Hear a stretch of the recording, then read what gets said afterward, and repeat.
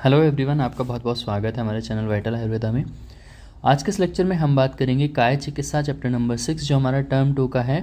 और इस चैप्टर 6 को पूरा हम वन शॉट में कवर करेंगे। लेक्चर लेंदी हो सकता है लेकिन जो पूरा चैप्टर है उसमें जितनी भी डिजीज़ हैं वो आपकी, चाहे मॉडर्न में एनीमिया है, ल्यूकीमिया है या फिर पांडु रोग है, कुछ भी यहाँ पे आयुर्वेद प्लस मॉडर्न का हम वन शॉट में कवर करने वाले हैं। और लेक्चर काफ़ी ज़्यादा इंटरेस्टिंग रहेगा, तो वीडियो के एंड तक बने रहना। स्टार्ट करते हैं हम अपना लेक्चर। सबसे पहले हम बात करेंगे पांडु रोग के बारे में। पांडु रोग से आप लोगों ने सभी ने चरक चिकित्सा स्थान में भी पढ़ा होगा। सबसे पहले हमारी जो ये हम यहाँ पे चैप्टर 6 पढ़ रहे हैं, इसका नाम क्या है? चिकित्सा ऑफ रस प्रदोषित विकार। तो सबसे पहले हम बात करेंगे हम रस व स्रोतस के बारे में, जिसमें आपने रस व स्रोतस का स्थान क्या आपको पता है क्या होता है? रस वहनाम स्रोतसाम हृदय मूलम दश धमनिया। तो क्या बताया गया है? जो रस का स्थान है रस व स्रोतस का वो क्या है? हृदय है और 10 धमनियाँ बताई गई हैं। ठीक है। अगर हम बात करते हैं कर्म क्या होता है, तो रस का कर्म क्या होता है? रस संतुष्टि प्रीणनम रक्त पुष्टि चय करोति। क्या करता है? संतुष्टि करता है, प्रीणन करता है, रक्त की पुष्टि करने का काम क्या होता है? हमारा रस धातु का होता है। रस धातु की अगर क्षय हो जाए तो क्या होगा? शब्द सहन नहीं कर पाएगा, हृदय में द्रव रहेगा, पाल्पिटेशन रहेगी, कंपन रहेगा, रुक्षता, शून्यता, शोष, तृष्णा, और क्या हो जाएगी? जो चेष्टा है वो उसकी कम हो जाएगी। ये रस क्षय के लक्षण है। अगर इसी तरह रस की वृद्धि हो जाए रस धातु की, तो क्या रहेगा? हृदय में उत्क्लेद मिलेगा, आस्य वैरस्य रहेगा, मतलब उसको किसी भी टेस्ट वगैरह का पता नहीं चलेगा, या फिर कह सकते हो एनोरेक्सिया वाली कंडीशन रहेगी। अंगमर्द रहेगा, अरोचक स्रोतसों में अवरोध, श्लेष्म विकार पर से मतलब ये हमारे क्या हो गए? वृद्धि के लक्षण हो गए। अब हम बात करेंगे क्या क्या विकार उत्पन्न हो सकते हैं। लाइक अगर रस की दृष्टि हुई तो अरुचि रहेगा, हल्लास रहेगा, तंद्रा, अंगमर्द, खलित पलित रहेगा, ज्वर, पांडु, कृष्ण आंगता, अग्निमांद, क्लेव्य, आस्यवरस्य, गौरवता वगैरह ये लक्षण या विकार देखने को मिलेंगे। सबसे पहला अब हम टॉपिक स्टार्ट कर रहे हैं वो है हमारा पांडु रोग। पांडु रोग के बारे में अगर बात कीजिए सिंपली क्या है, ये हमारा एक रक्त अल्पता जन्य व्याधि है, जिसमें जो आपका वर्ण है स्किन का वो कैसा हो जाता है? पांडु के समान हो जाता है। ठीक है। या हम कह सकते हैं कि रक्त अल्पता जन्य व्याधि है या वर्ण परक संज्ञा है, जिसमें क्या होता है? पांडु वर्णता होती है। और ये क्या किसको बताता है? रक्त की अल्पता के बारे में बता रहा होता है। ठीक है। अब हम बात करते हैं कहाँ कहाँ पे इसका वर्णन है। चरक चिकित्सा के 16, अष्टांग हृदय के 13, सुश्रुत तंत्र 44 और माधव निदान के 8वें अध्याय में इनका वर्णन मिलता है। अगर हम निरुक्ति की बात करते हैं तो निरुक्ति क्या बताइए? पांडु की पांडु पड़ी नाशने धातु में क्रू प्रत्यय लगने पर निपात से क्या बना है? पांडु शब्द बना है। तो ये पांडु की हमारी निरुक्ति हो जाएगी। अब बेसिकली पांडु के अगर निदान की बात करते हैं तो निदान क्या रहेंगे हमारे पांडु में? क्षार, अम्ल, लवण या फिर अति उष्ण भोजन, मद्य का सेवन कर रहा है, मृतिका का भक्षण, दीवाशन, वेग अवरोध, अति व्यायाम और पंचकर्म का यहाँ पे व्याप्ति। अब बेसिकली अगर आप जब देखोगे जितने भी निदान रहेंगे वो हमारे क्या रहेंगे? पित्तज निदान यहाँ पे ज़्यादातर मिलेंगे। ठीक है। यहाँ पे क्या होगा? पित्त प्रधान है और त्रिदोषज व्याधि है, तो यहाँ पे क्या होगा? पित्त दोष को कुपित करने वाले जितने भी निदान है वो आप यहाँ पे सब देख पाओगे। ठीक है। अब वेद की बात करते हैं। आचार्य चरक और आचार्य वाग्भट ने कितने माने? 5। वातज, पित्तज, कफर, सन्निपातज और मृद भक्षण जन्य। इसी तरह आचार्य सुश्रुत ने 4 माने, वात, पित्त, कफ और सन्निपातज माना है। अब अगर हम संप्राप्ति की बात करते हैं तो क्या होगा? निदान आपने सेवन किया, पित्त प्रधान व्याधि है, पित्त प्रधान त्रिदोष का कोप होगा, और ये क्या करेगा? त्वक और मांस वगैरह में स्थान संचय करेगा, और साथ में क्या करेगा? वात को, कफ को, रक्त को और मांस को दूषित करेगा, जिसकी वजह से क्या हो जाएगी? रक्त की अल्पता होगी। जब रक्त की अल्पता होगी तो त्वचा है वो कैसा हो जाएगी? पांडु वर्णीय हो जाएगा, और इसी को हम क्या कहेंगे? पांडु रोग नाम देंगे। ठीक है। अब अगर हम संप्राप्ति घटक की बात करते हैं, कौन सा? पित्त प्रधान त्रिदोषज व्याधि है। स्रोतस कौन सा है? रस व रक्त व स्रोतसों को दृष्टि होती है। प्रभाव से देखें साध्य है और कृत साध्य व्याधि हो सकती है। दुष्य कौन सा रहेगा? रस रहेगा, रक्त, त्वचा और मांस में अभी बताया इनमें दुष्टि करता है। ठीक है। स्रोतो दृष्टि में क्या रहेगा? ऑब्स्ट्रक्शन मिलेगा। रोग क्या है? आभ्यंतर है। आम की अगर बात करते हैं तो अग्निजन्य होता है। अधिष्ठान क्या है? आमाशय से उत्पन्न होता है। जाठर अग्नि की मंदता बेसिकली देखने को मिलती है। अग्निमान और सर शरीर में क्या करता है? ये संचार करता है। और व्याधि कैसी है हमारी? चीरकारी यानी कि क्रॉनिक कंडीशन होती है। अब हम बात करते हैं यहाँ पे पूर्व रूप के बारे में, जो काफ़ी ज़्यादा इंपॉर्टेंट है। क्या है? हृदय स्पंदनम रोक्षण, स्वेद अभाव श्रमस्थता। तो ये चरक चिकित्सा स्थान के 16/12 में दिया है। हृदय स्पंदन मतलब क्या है? पल्पिटेशन मिलेगा। ठीक है। रुक्षता मतलब रुक्षता मिलेगी, ड्राइनेस मिलेगी, स्वेद का अभाव रहेगा। ठीक है। स्वेटिंग नहीं होगी। और श्रम मतलब क्या होगा? फैटीग या कह सकते हो थकावट जो है पेशेंट में देखने के लिए मिलेगी। सामान्य लक्षण की बात करते हैं, चरक चिकित्सा स्थान के 16/6 में क्या कहा गया, सो अल्प रक्तो मेदसको निसार शिथिल इंद्रिय विवर्ण्य भजे तस्य हेतु श्रृणु स लक्षणम। मतलब क्या कहा गया, अल्प रक्ता, रक्त की अल्पता रहेगी, अल्प मेदसको, मेद की जो है वो धातु क्या रहेगी, अल्प रहेगी, निसार मतलब जो पेशेंट होगा वो सार रहित होगा, शिथिल इंद्रिय मतलब जो उसकी जॉइंट्स वगैरह हैं वो ढीले पड़ रहे होंगे, विवर्ण्य मतलब विवर्णता मिलेगी, और क्या मिलेगा, कानों में उसकी आवाज़ सुनाई देगी, या कह सकते हो टेनाइटिस की कंडीशन पेशेंट के अंदर देखने को मिलेगी। ठीक है, अब हमने जैसा पढ़ा, अभी हमारे पास 5 प्रकार के पांडु बताया आचार्य चरक और वाग्भट ने, वातज, पित्तज, कफज, सन्निपातज और मृदभक्षण जन्य। तो सबसे पहले हम बात करते हैं वातज पांडु रोग के बारे में। मल जो है वो कैसा रहेगा, शुष्क रहेगा, आस्यवरस्य रहेगा, शोथ रहेगा, त्वचा क्या मेनली देखने को मिलेगी, कृष्णवर्णी और पांडुवर्णी देखने को मिलती है, रुक्षता रहेगी, लालिमा, और अंगों में क्या रहेगा, दर्द रहेगा, अंगमर्द रहेगा। ठीक है, निदान मैंने यहाँ पे इसलिए मेंशन नहीं किया क्योंकि वातज निदान जितने भी हैं वात को कुपित करने वाले, वो सारे निदान यहाँ पे मिलेंगे ही। इसके बाद अगर हम बात करते हैं पित्तज पांडु रोग में, तो पित्त और पीत या फिर हरित वर्ण की त्वचा मिलेगी, तृष्णा, पूती आस्यता मतलब ऐसी आएगी माउथ से, ऐसी आएगी जैसे सड़ने की स्मेल आएगी, अम्ल उद्गार रहेगी, कटु की आस्यता रहेगी। ठीक है, इसके बाद कफज पांडु रोग की बात करते हैं, गौरव, तंद्रा, छर्दी, लालसराव, आलस्य, अरुचि, मल मूत्र की श्वेतता और मधुर आस्यता देखने को मिलेगी। तो ये हमें पॉइंट ध्यान रखने हैं। यहाँ पे कैसा था, यहाँ पे अगर देखोगे पित्त में कैसा था, अम्लोद्गार था और कटुक आस्य था, और अगर कफज में देखोगे तो मधुर आस्यता देखने को मिलता है। सन्निपातज में तीनों के लक्षण मिलेंगे, जड़ रहेगा, क्षीण, छर्दी, हलास, कलम, तृष्णा, अरोचक, इंद्रिय क्या हो जाएंगे, दुर्बल रहेंगे। ठीक है, मृदभक्षिका जन्य पांडु रोग में क्या रहेगा, ज्वर, क्षीण, छर्दी, हल्लास, रोचक, हृदय इंद्रिया वगैरह मिलेगा, सेम है सन्निपातज। अब मृदभक्षिका जन्य थोड़ी संप्राप्ति पढ़ लेंगे क्योंकि थोड़ी सी संप्राप्ति इसकी स्पेशली पूछा जाता है और इंपॉर्टेंट भी है। तो अगर किसी ने मृतिका खाई है मतलब मट्टी खाई है, ठीक है, किसी ने मट्टी खाई है, तो मट्टी क्या तो कषाय हुई या उष्र या मधुर होगी, तो क्या करेगी, तीनों दोष वात, पित्त और कफ को कोपित करेगी। जब कफ और पित्त कोपित हो जाएंगे तो क्या करेंगे, अन्न, रस, रक्त आदि में रुक्षता उत्पन्न करेंगे। मतलब जाहिर सी बात है, जब मट्टी किसी ने खाई है तो वो क्या करेगी, रुक्षता उत्पन्न करेगी, और मट्टी का जब पाक नहीं होगा तो वो क्या करेगी, स्रोतसों में अवरोध करेगी, ऑब्स्ट्रक्शन कॉज कराएगी, जिसकी वजह से क्या होगा, जब स्रोतसों में अवरोध हो जाएगा तो रस धातु से रक्त धातु का निर्माण नहीं होगा। इसी वजह से क्या होगा, ओज क्षय, इंद्रिय नाश, औष्मा का क्षय हो जाएगा, जिसकी वजह से मृदभक्षिका जन्य पांडु क्या होगा, उत्पत्ति होगी। लक्षण क्या रहेगा, इंद्रिय नाश, अक्षिकूट में शोथ मिलेगा, कृमि, कोष्ठता, अतिसार, रक्त, पित्त और मल का त्याग मिलेगा। ठीक है, असाध्य लक्षण देखें, अगर क्रॉनिक है तो असाध्य शोथ आ गया, दीन मतलब क्या है, उदास वगैरह, चेहरा कहते हैं ना कि बिल्कुल उसका सत्व जो है वो खत्म हो चुका है, वमन, अतिसार, खरीभूतता, पित्त दृष्टता मतलब उसे सब कुछ पीला दिखाई दे रहा है, मूर्छा, तृष्णा, ज्वर, अगर ये लक्षण दिख रहे हैं तो असाध्य मानेंगे। अगर उपद्रव की बात करते हैं तो क्या है, अरुचि, पिपासा, अधिक के प्यास बहुत लगेगी, छर्दी, ज्वर, शोथ, कंठ में दुर्बलता, मूर्छा, क्लम, हृदय में पीड़ा, श्वास, कास, दहा और स्वर भेद वगैरह लक्षण देखने को उपद्रव की तरह मिलेंगे। अब मेन बात करते हैं हम चिकित्सा के बारे में। सबसे पहला क्या रहेगा, निदान परिवर्जन रहेगा। संशोधन चिकित्सा में सबसे पहले हम उसको आभ्यंतर स्नेहन करा सकते हैं, तीक्ष्ण संशोधन कराएंगे और उसको क्या देंगे, बस्ती देंगे, रक्त बस्ती। क्यों, क्योंकि रक्त की अल्पता हुई है, उसके लिए हम क्या कर सकते हैं, उसको रक्त की बस्ती दे सकते हैं। अब यहाँ पे पहले हम जो है चिकित्सा को बांट कर देते हैं संशमन और संशोधन चिकित्सा में। पांडु रोग में क्या है, अगर हम देखते हैं तो यहाँ पे क्या है, वातज में क्या कराएंगे, स्नेहन, पित्तज पांडु है तो तिक्त और शीत वीर्य की औषधि देंगे, कफज है तो कटु, तिक्त, रस वीर्य, उष्ण वीर्य की औषधि देंगे, अगर सन्निपातज है तो मिश्रित चिकित्सा करेंगे। अगर हमारा मृदभक्षिका जन्य है तो क्या करेंगे, कृमि का उपचार करेंगे, और अगर सभी प्रकार के पांडु की बात करते हैं तो सभी में पथ्य अन्न का सेवन कराना है। अब बात करते हैं कुछ इंपॉर्टेंट योग के बारे में, जैसे यहाँ पे वातज पांडु के स्पेशल क्या रहेगा, पित्तज पांडु में क्या रहेगा। तो स्नेहन किससे कराना है, वातज पांडु में पंचगव्य घृत, महातिक्त घृत, कल्याण घृत, हरिद्र आदि, पथ्य घृत, दंती और द्राक्षा घृत। तो बेसिकली जब तुम घृत कराओगे तो कैसे रहेंगे, वात को शमन करने वाले द्रव्यों का घृत रहेगा, जैसे हमारा द्राक्षा हुआ, जैसे हमारा दंती हुआ, या हमारा पंचमूल। तो हमें इस तरह से याद करना है। किसके साथ देना है, उष्ण उदक के साथ देना है, 10 से 20 ml देना है। दूसरा, कफज पांडु रोग में क्या करना है, तिक्त रस की और उष्ण वीर्य की द्रव्य औषधि करना है। पित्तज पांडु में क्या है, विरेचन के लिए क्या कराओ, गोमूत्र या गोदूध से दे सकते हो विरेचन, पथ्य घृत का यूज करना है, और हरित की चूर्ण वगैरह के साथ तुम क्या कर सकते हो, विरेचन करा सकते हो।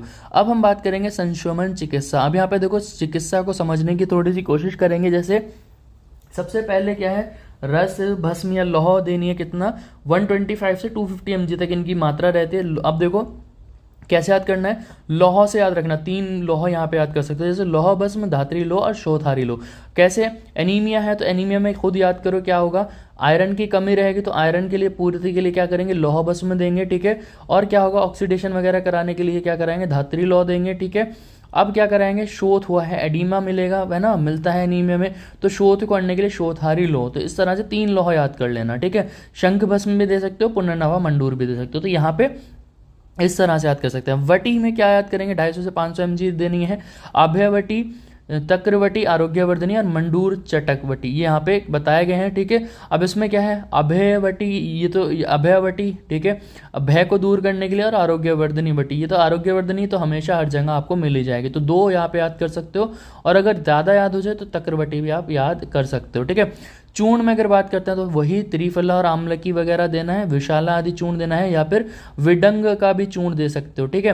क्यों, क्योंकि यहाँ पे क्या करना है, कृमि जो है मृद बक्षिका जन्य है, तो उसको क्या करेगा, उसमें रिलीफ देगा। क्वाथ की अगर बात करते हैं, पुनर्नवाष्टक क्वाथ, फलादि त्रिक क्वाथ वगैरह दे सकते हैं। आसव में क्या देंगे, द्रक्ष आसव, कुमारी आसव, लौह, विडंग आसव दे सकते हैं।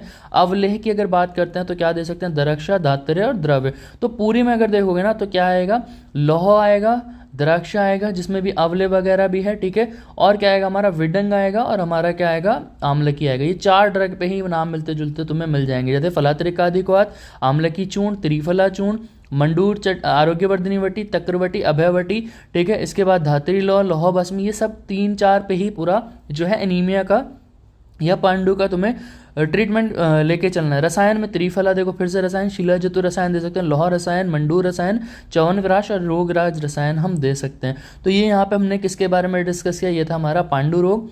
नेक्स्ट अब हम पढ़ते हैं काय चिकित्सा में, अपना जो रोग है वो है या डिजीज हमारी है हीमोग्लोबिनोपैथीज। सबसे पहले हीमोग्लोबिनोपैथीज से पहले मैं तुम्हें एक हीमोग्लोबिन के बारे में कुछ बात करते हैं। जैसे हमारा हीमोग्लोबिन है, एक नॉर्मल हीमोग्लोबिन जो है जिसको हम HbA कहते हैं, इसको कहा जाता है एडल्ट हीमोग्लोबिन। तो इसके एडल्ट हीमोग्लोबिन में 2 अल्फा चेन होती है प्लस 2 बीटा चेन होती है, ठीक है। मतलब जो हमारा हीमोग्लोबिन है, सबसे पहले सुनना, हीमोग्लोबिन किससे मिलकर बना, हीम, ठीक है, प्लस ग्लोबिन। हीम में क्या है, जो हीम है वो हमारा आयरन है, और ग्लोबिन क्या है, हमारा प्रोटीन। अब ये जो प्रोटीन है 2 चेन से मिलकर बना होता है, 4 चेन से मिलकर बना होता है। 2 तो अल्फा चेन है, ये दिख रही है, इसी तरह 2 बीटा चेन है, ठीक है। तो हमारा जो हीमोग्लोबिन है कितनी किससे मिलकर बना है, आयरन प्लस ग्लोबिन नाम के प्रोटीन से। अब इसमें ग्लोबिन कितना है, 2 चेन है अल्फा की, ठीक है, 2 चेन है बीटा की। ये हमारा एक नॉर्मल कंडीशन है एक हीमोग्लोबिन की। तो हमारा जो HB है यानी कि एडल्ट हीमोग्लोबिन है वो किससे मिलकर बना है, 2 अल्फा चेन से मिलकर बना है, 2 बीटा चेन से। इसी तरह जो HbF है, फीटल है, वो किससे मिलकर बना है, 2 अल्फा प्लस 2 गामा चेन से मिलकर बना होता है, किसका, फीटल जो हीमोग्लोबिन है, ठीक है। ये हमारा नॉर्मल कंडीशन में। अब मान लो ये हमारी अल्फा चेन है, कोई भी इसमें किसी भी तरीके का म्यूटेशन आ जाए, चेंज आ जाए, या ये हमारी अल्फा चेन क्या है, डिलीट हो जाए, मतलब पूरी चेन अल्फा चेन ही गायब है, या फिर हमारा क्या हो जाए, कुछ भी एक इसमें एबनॉर्मेलिटी आ जाए, तो मतलब क्या हो रहा है, हीमोग्लोबिन में एबनॉर्मेलिटी आ रही है। इसी को हम क्या कहेंगे, हीमोग्लोबिनोपैथीज कहेंगे। मतलब कि जो नॉर्मल स्ट्रक्चर था हीमोग्लोबिन का, उसमें कोई क्या आया, चेंज आया है, उसको हम क्या नाम देंगे, हीमोग्लोबिनोपैथीज का नाम देंगे। तो हीमोग्लोबिनोपैथीज बेसिकली क्या है, एक मेडिकल टर्म है, group of inherited blood disorder involving the haemoglobin in the major protein of red blood cells, ठीक है। रेड ब्लड सेल्स के अंदर हीमोग्लोबिन होता है। अब अगर हीमोग्लोबिन में कोई भी चेंज आएगा तो क्या मिलेगा symptom, cold hand and feets मिलेंगे, जॉइंटिस हो सकता है, स्वेलिंग आ सकती है, शॉर्टनेस ऑफ ब्रीथ मिलेगा, डार्क पी, यूरिन क्या रहेगा, डार्क कलर का रहेगा, पेल स्किन रहेगी, स्लीपिंग लॉन्गर देन यूजुअल, मतलब एनीमिक कंडीशन मिलेगी, क्योंकि हमारा जो हाई हीमोग्लोबिन है वो क्या हुआ है, उसमें कोई ना कोई चेंज आया है, तो हीमोग्लोबिन में कोई डिफेक्ट आया है तो जाहिर सी बात है वो एनीमिया की कंडीशन कहीं ना कहीं कॉज करेगा। मैनेजमेंट की अगर बात करते हैं तो हम क्या करा सकते हैं, ब्लड ट्रांसफ्यूजन करा सकते हैं, जीन थेरेपी, अगर कहीं पे जीन में म्यूटेशन है तो हम जीन थेरेपी दे सकते हैं, आयरन चैलेटिंग थेरेपी दे सकते हैं, ऑक्सीजन थेरेपी या फॉलिक एसिड वगैरह का हम यूज़ करा सकते हैं। तो यहाँ पे ये हमने बात की किसके बारे में, काय चिकित्सा में, हीमोग्लोबिनोपैथीज के बारे में। नेक्स्ट अब हम बात करते हैं क्या चिकित्सा में अपना जो नेक्स्ट टॉपिक है चैप्टर 6 में, वो है हमारा sickle cell anaemia. Sickle cell anaemia क्या है? बेसिकली जो आपका आरबीसी का शेप है, ये आपका एक नॉर्मल, मैं यहाँ पे एक आरबीसी शेप बनाता हूँ, तो ये आपका एक आरबीसी का शेप है, ठीक है, थोड़ा गलत बना ये हमारा।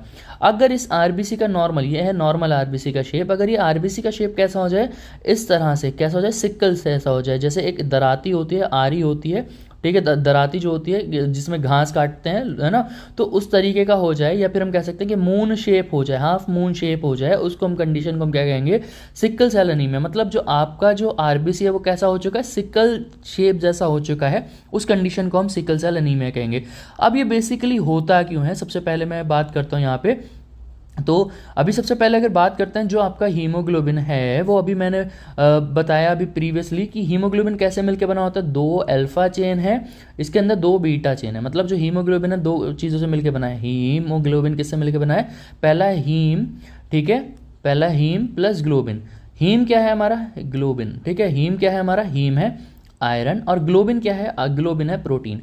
अब ये जो हमारा प्रोटीन है, ये हीमोग्लोबिन का जो प्रोटीन है, इसमें 2 अल्फा चेन होती हैं, ठीक है, 2 क्या होती हैं? बीटा चेन होती हैं। तो अब सिकल सेल एनीमिया में क्या होगा, मतलब नॉर्मल आरबीसी में क्या है कि जो अल्फा चेन है वो बीटा चेन है। मतलब ये मान लो एक हमारा नॉर्मल आरबीसी है, तो इसके अंदर 2 अल्फा चेन है और प्लस क्या है, 2 बीटा चेन है, वो अपने नॉर्मल स्ट्रक्चर बना रहा है। लेकिन अगर क्या होगा, इस अल्फा चेन में कोई भी चेंज आ जाएगा, तो अगर चेंज आया तो आरबीसी पे कुछ ना कुछ इफेक्ट पड़ेगा।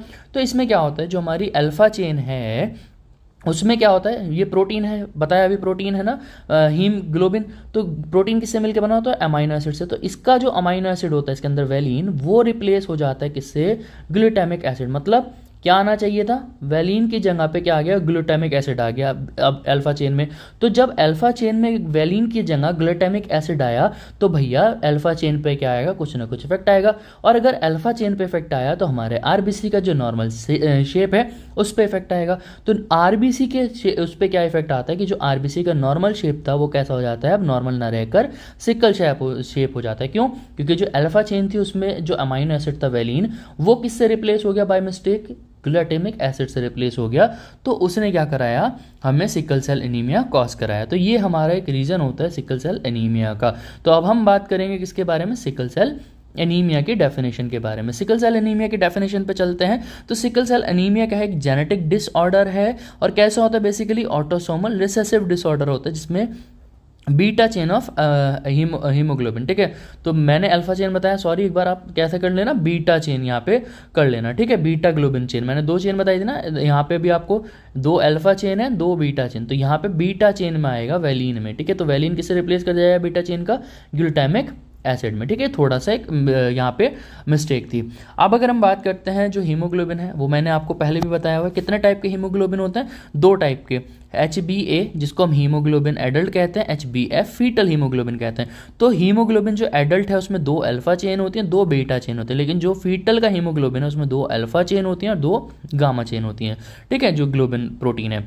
अब अगर क्या होगा, इसका जो हीमोग्लोबिनोपैथीज सिकल सेल एनीमिया है, उसके जो कॉज है वो क्या है कि जो तुम्हारा बी ग्लोबिन था, बीटा ग्लोबिन चेन जो थी, जो क्रोमोसोम नंबर 11 पर है, उसमें क्या होता है, वैलिन नाम का जो अमाइनो एसिड था, वो अमाइनो एसिड किससे रिप्लेस कर जाता है? ग्लूटामिक एसिड नाम के अमाइनो एसिड से रिप्लेस कर जाता है। तो इसकी वजह से क्या होता है, जो नॉर्मल आरबीसी का शेप था वो कैसा हो जाता है? कैसा हो जाता है? सिकल शेप हो जाता है। इस कंडीशन को हम क्या कहते हैं? सिकल सेल एनीमिया का नाम देते हैं, ठीक है। अब साइन एंड सिम्टम्स की अगर हम बात करें, क्या मिलेगा?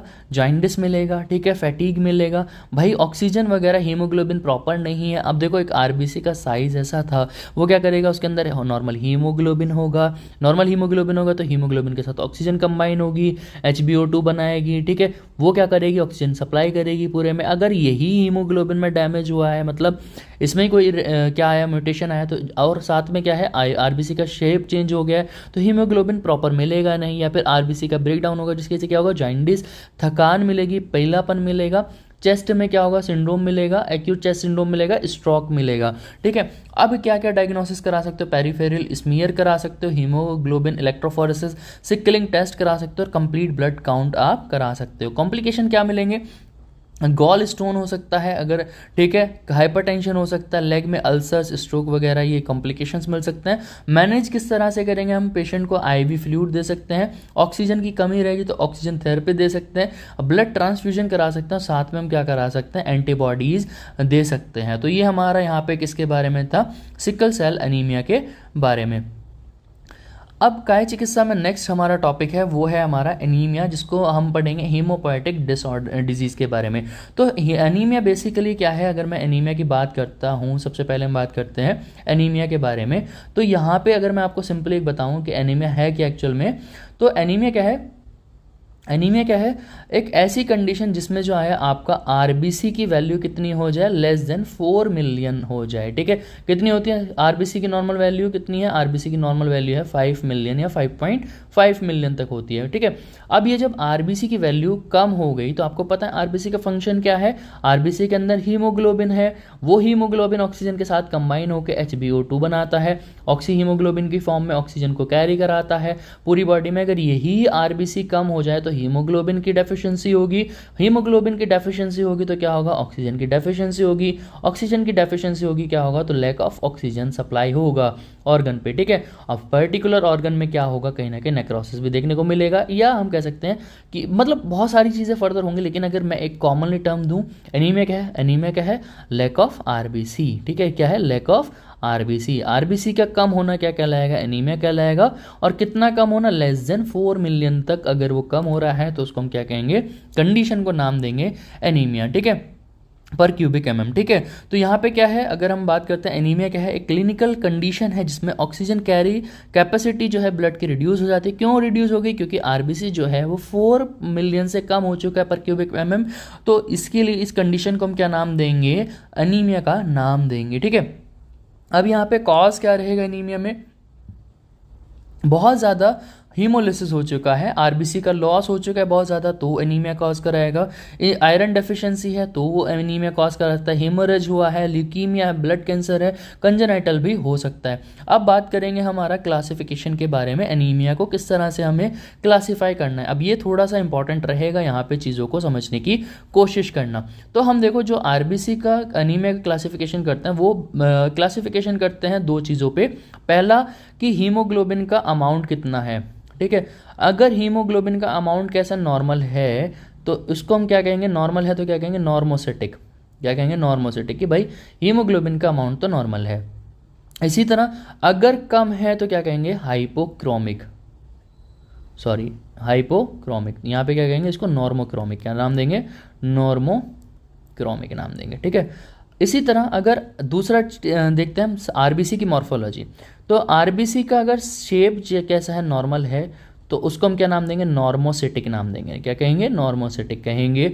इसी तरह अगर आरबीसी का शेप जो है वो कम है या है ना, तो उसको हम क्या कहेंगे, माइक्रोसिटिक कहेंगे, ठीक है। तो इसी बेसिस पे हम क्या करेंगे, या तो नाम देंगे आरबीसी का शेप कैसा है, ठीक है, ये मान लो नॉर्मल आरबीसी है, अगर उसका शेप जो है, साइज जो है कम हुआ है, वो कहलाएगी माइक्रोसिटिक कंडीशन। अब इस आरबीसी के अंदर नॉर्मल हीमोग्लोबिन है तो क्या कहेंगे नॉर्मोक्रोमिक, अगर कम हो चुका है तो क्या कहेंगे, हाइपोक्रोमिक का नाम देंगे, ठीक है। तो इस तरह से तो जो हमारा एनीमिया है उसका क्लासिफिकेशन कैसे करेंगे हम, सबसे पहला नॉर्मोसिटिक। नॉर्मोसिटिक मतलब क्या है कि जो आरबीसी का शेप है वो कैसा है, नॉर्मल है, ठीक है। मान लो आरबीसी का शेप तो नॉर्मल है, लेकिन अब ऐसा भी तो हो सकता है कि ये आरबीसी का शेप नॉर्मल है, इसमें दो कंडीशन हो सकती है कि जो इसके अंदर हीमोग्लोबिन है वो भी इक्वल है, नॉर्मल है, तो इसको कंडीशन को हम क्या कहेंगे, नॉर्मोक्रोमिक। तो एक कंडीशन क्या होगी, नॉर्मोसिटिक नॉर्मोक्रोमिक। नॉर्मोसिटिक नॉर्मोक्रोमिक क्या है कि सेल भी सेम सही है और उसका जो है हीमोग्लोबिन अमाउंट भी सही है। लेकिन ऐसा भी तो हो सकता है कि इसमें हीमोग्लोबिन बहुत कम हो जाए, तो हीमोग्लोबिन कम हुआ तो क्या कहेंगे, इस कंडीशन को हाइपोक्रोमिक कहेंगे, ठीक है, क्या कहेंगे, हाइपोक्रोमिक। तो ये क्या है कि नॉर्मोसिटिक मतलब आरबीसी का शेप सही था, लेकिन उसमें दो कंडीशन हो सकती है, नॉर्मोक्रोमिक भी हो सकती है और हाइपोक्रोमिक भी हो सकती है। इसके बाद है मैक्रोसिटिक। मैक्रोसिटिक में क्या है, मैक्रोसिटिक मतलब क्या है कि आरबीसी का शेप या साइज जो है वो बढ़ गया है, लेकिन उसके अंदर दो कंडीशन बन सकती है कि भाई जो हीमोग्लोबिन है वो प्रॉपर है, हीमोग्लोबिन जितना होना चाहिए था, तो वो क्या है, नॉर्मोक्रोमिक कंडीशन बनेगी। लेकिन अगर कम हो गया, मान लो ये बहुत कम है, तो इसको हम क्या कहेंगे, हाइपोक्रोमिक कहेंगे। तो दो कंडीशन यहाँ पे बन सकती हैं, macrocytic normochromic, macrocytic, hypochromic anaemia, इस तरह से हम इसको क्लासिफाई कर सकते हैं। अब तीसरी कंडीशन क्या होगी कि आरबीसी का जो साइज़ था वो बहुत छोटा है, तो इसको हम कहेंगे माइक्रोसिटिक, लेकिन जो हमारा हीमोग्लोबिन है वो नॉर्मल है, तो क्या कहेंगे नॉर्मोक्रोमिक, ठीक है, यह नॉर्मोक्रोमिक माइक्रोसिटिक कंडीशन। लेकिन अगर आरबीसी के अंदर हीमोग्लोबिन का अमाउंट बहुत कम हो गया तो क्या कहलाएगा, हाइपोक्रोमिक। तो ये क्या है, मतलब आरबीसी का जो शेप था, जो साइज था वो भी छोटा हुआ है, माइक्रोसिटिक कहेंगे, और साथ में क्या हुआ है, जो आरबीसी का जो हीमोग्लोबिन था वो भी क्या हो चुका है, कम हो चुका है, जिसको हम क्या कहेंगे, हाइपोक्रोमिक कहेंगे। तो इस कंडीशन को हम क्या देंगे, या तो माइक्रोसिटिक नॉर्मोक्रोमिक नाम देंगे, या फिर हम क्या कहेंगे, माइक्रोसिटिक हाइपोक्रोमिक कंडीशन का नाम देंगे। तो इस तरह से हम क्या कर सकते हैं, जो हमारा एनीमिया है उसको क्या कर सकते हैं, क्लासिफाई किया जा सकता है, ठीक है। ये हमारा यहाँ पे एनीमिया का क्लासिफिकेशन हुआ। आई होप आपको क्लियर हुआ होगा। अब एनीमिया कंडीशन हुई है तो क्या होगा, क्लिनिकल फीचर्स क्या मिलेंगे, पैलर रहेगा, नेल बेड पे टेकिकार्डिया रहेगा, जो हेडेक है वो रहेगा, ड्रॉजीनेस रहेगा, डिस्पनिया, लैक ऑफ ब्रीदिंग रहेगी, वीकनेस रहेगी, और जनरली क्या रहेगा, पेशेंट मेलेज रहेगा, ठीक है। डायग्नोसिस क्या करा सकते हो, बेसिकली अगर तुम देखोगे तो जो फिजिकल डायग्नोसिस है कि पेशेंट के जो फीट है उसमें एडीमा वगैरह मिलेगा, स्प्लीनोमेगाली मिलेगी, कोलेंशिया मिलेगा, मतलब जो है उसकी जो स्पून शेप क्या हो जाएगा, नेल हो जाएगा, नेल्स कैसे हो जाएंगे, स्पून शेप हो जाएंगे, मतलब जो नेल बेड है थोड़ा ऊपर की तरफ इस तरह से स्पून की तरफ उठा हुआ होगा, ठीक है, इसको हम कहेंगे कोलेंशिया। इसके साथ क्या रहेगा, लेमन येलो टिंट रहेगा, मतलब बॉडी ऐसी रहेगी जिससे जो हमारा लेमन येलो कलर होता है उस तरीके की बॉडी या स्किन का कॉम्प्लेक्स पेशेंट का देखने को मिलेगा। मैनेजमेंट क्या करा सकते हैं, आयरन दे सकते हैं, ओरल या तो आईएम दे सकते हैं, विटामिन B12 दे सकते हैं, हीमोलिटिक ड्रग्स दे सकते हैं, सिम्टोमेटिक ट्रीटमेंट भी रहेगा, प्लाज्मा एक्सपेंडर या ब्लड ट्रांसफ्यूजन वगैरह हम यहाँ पे मैनेजमेंट जो है हमारा एनीमिया में कंडक्ट करा सकते हैं। तो ये हमारा क्या चिकित्सा में हमने टॉपिक पढ़ा किसके बारे में, एनीमिया, हीमोपोएटिक डिसऑर्डर के बारे में। अब नेक्स्ट टॉपिक काय चिकित्सा में ही हम कंटिन्यू कर रहे हैं, वो है हमारा न्यूट्रिशनल एनीमिया। न्यूट्रिशनल एनीमिया क्या है, जैसे मैंने अभी एनीमिया बताया, एनीमिया की बेसिकली कंडीशन क्या थी, एनीमिया एक कंडीशन है जिसमें क्या हो रहा है, आरबीसी का नंबर जो है वो कम हो रहा है। अब तुम्हें पता है आरबीसी को प्रिपेयर करने के लिए, जो हमारा रेड ब्लड सेल्स है उसको बनाने के लिए कुछ फैक्टर चाहिए होते हैं, जैसे आयरन की रिक्वायरमेंट होती है, ठीक है, इसी तरह हमारे क्या है, विटामिन B12 की रिक्वायरमेंट है, इसी तरह हमें क्या है, फॉलिक एसिड की रिक्वायरमेंट है, ठीक है। तो ये कुछ ऐसे न्यूट्रिएंट्स हैं, ये कुछ ऐसे न्यूट्रिएंट्स हैं जो क्या करते हैं, एक नॉर्मल आरबीसी का सिंथेसिस कराते हैं, ठीक है। लेकिन अगर इनमें से किसी की भी डेफिशिएंसी हो जाए, आयरन की डेफिशिएंसी हो जाए, विटामिन की B12 की डेफिशिएंसी हो जाए, या फिर फॉलिक एसिड की डेफिशिएंसी हो जाए, तो क्या करेगा, आरबीसी का प्रॉपर सिंथेसिस नहीं होगा, जिस वजह से क्या होगा, कंडीशन क्या बनेगी, एनीमिया बनेगा। तो यहाँ पे एनीमिया तो हो रहा है, लेकिन किसकी वजह से हो रहा है, क्योंकि यहाँ पे न्यूट्रिशन की डेफिशिएंसी थी, उस वजह से एनीमिया हो रहा है, इसीलिए हम इसको क्या नाम दे रहे हैं, न्यूट्रिशनल एनीमिया का नाम दिया जा रहा है, ठीक है। तो डेफिनेशन पे अगर बात करते हैं तो क्या है, कंडीशन जिसमें हीमोग्लोबिन का कंसंट्रेशन जो है डिक्रीज हो जाता है due to deficiency of essential nutrients required for the erythropoiesis, मतलब जो आरबीसी का फॉर्मेशन कराना था उसके लिए जो न्यूट्रिएंट्स रिक्वायर्ड थे वो प्रॉपर नहीं है, उस वजह से क्या हुआ, डिक्रीज हुआ है हीमोग्लोबिन वगैरह का, तो उस कंडीशन को हम क्या कहेंगे, न्यूट्रिशनल एनीमिया का नाम देंगे। अब देखो ये मान लो कॉज क्या हुआ है, आयरन डेफिशिएंसी एनीमिया हो सकता है, कि अगर आयरन की कमी है तो आयरन डेफिशिएंसी एनीमिया, अगर विटामिन B12 की वजह से हो रहा है तो vitamin B12 deficiency anaemia, folic acid की वजह से हो रहा है तो फॉलिक एसिड डेफिशिएंसी एनीमिया।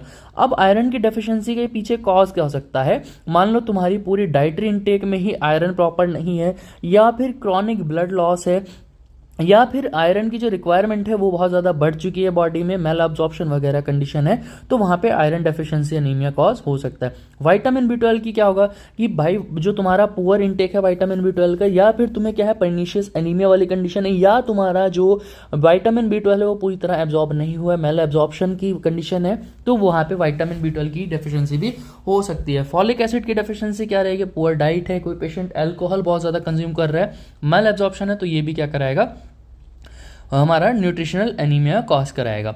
अब हम बात करते हैं क्या क्या सिम्टम्स मिलेंगे। बेसिकली अगर आप देखोगे तो साइन एंड सिम्टम्स में आयरन डेफिशिएंसी एनीमिया में अगर हम देखते हैं कोलेंशिया मिलेगा। कोलेंशिया में बेसिकली क्या है कि जो आपका आरबीसी का शेप है, जो आपका नेल बेड है, जो आपका नेल है वो कैसा मिलेगा, स्पून शेप मिलेगा।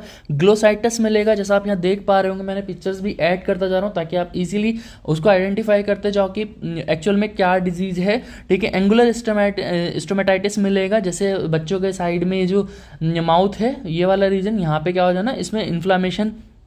ठीक है, ये भी मैं पिक्चर्स यहाँ पे आपको दिखा रहा हूँ, पाइका मिलेगा। ठीक है, ये कंडीशन जिसमें मिलेंगे। आयरन डेफिशिएंसी, इसी तरह फॉलिक एसिड में क्या मिलेगा, ग्लोसाइटिस मिलेगा, पेरिफेरल न्यूरोपैथी और एटेक्सिया वगैरह कंडीशन देखने को मिलेगी। जनरल में देखते हैं फैटिग, डिस्मेनिया और हेडेक वगैरह, ये जनरल यहाँ पे साइन एंड सिम्टम्स देखने को रहेंगे। अब आप डायग्नोसिस में क्या क्या करा सकते हो, तो भाई सबसे पहला क्या रहेगा हमारा सीबीसी, कंप्लीट ब्लड काउंट कराएंगे, या फिर acute phase reactant serum iron studies करा सकते हैं, पेरिफेरल ब्लड मॉर्फोलॉजी कंडक्ट करा सकते हैं। मैनेजमेंट क्या रहेगा भाई, सबसे पहले डेफिशिएंसी की वजह से हो रहा है न्यूट्रिशनल, तो वहां पे क्या करो, हमारा जो है रिप्लेसमेंट थेरेपी कराओ, किसका जो लेवल है न्यूट्रिशन का उसको रिप्लेस करो। ठीक है, डाइटरी इंप्रूवमेंट कराओ, और साथ में क्या करो, या तो सप्लीमेंट जो लाइक आयरन की टैबलेट्स या विटामिन सी की टैबलेट्स, ताकि वो एब्जॉर्ब कर सके न्यूट्रिएंट्स को। तो यहाँ पे ये हमारा कंप्लीट हो जाता है किसके बारे में, हमारा न्यूट्रिशनल एनीमिया के बारे में। तो यहाँ हमने न्यूट्रिशनल एनीमिया को अच्छे से डिस्कस किया। अब काय चिकित्सा में ही हम नेक्स्ट टॉपिक पढ़ रहे हैं, चैप्टर 6 में थैलेसीमिया। थैलेसीमिया के बारे में अगर मैं तुम्हें बताता हूँ, जैसे मैंने तुम्हें प्रीवियसली भी बताया है कि थैलेसीमिया को पढ़ने से पहले अगर हम बात करते हैं एक नॉर्मल आरबीसी के शेप के बारे में, तो अगर मैं एक नॉर्मल हीमोग्लोबिन के शेप के बारे में, तो हीमोग्लोबिन किससे मिलकर बना है, नॉर्मली हीम प्लस किससे मिलके बना है, ग्लोबिन से मिलके बना है। अब ये जो ग्लोबिन है, जो प्रोटीन है, उसमें 2 अल्फा चेन है।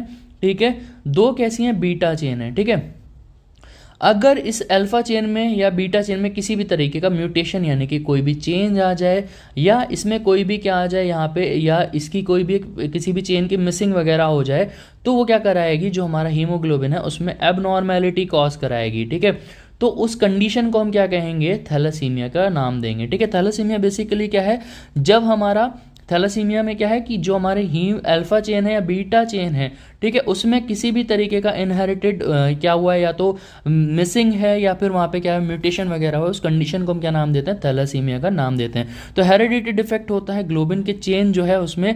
और बेसिकली बात करें, थैलेसीमिया क्या एक इनहेरिटेड डिसऑर्डर है, जिसमें क्या होता है, जो हीमोग्लोबिन है उसका प्रोडक्शन क्या होगा, कम हो जाएगा, क्योंकि हीमोग्लोबिन में ही अल्फा चेन या बीटा चेन वहाँ पे वो ही है, तो उसमें क्या होगा, हीमोग्लोबिन पे ही डिफेक्ट देखने को मिलेगा। अब यहाँ पे अब देखो मैंने बताया ना कितनी चेन है, 2 अल्फा चेन है, 2 बीटा चेन है।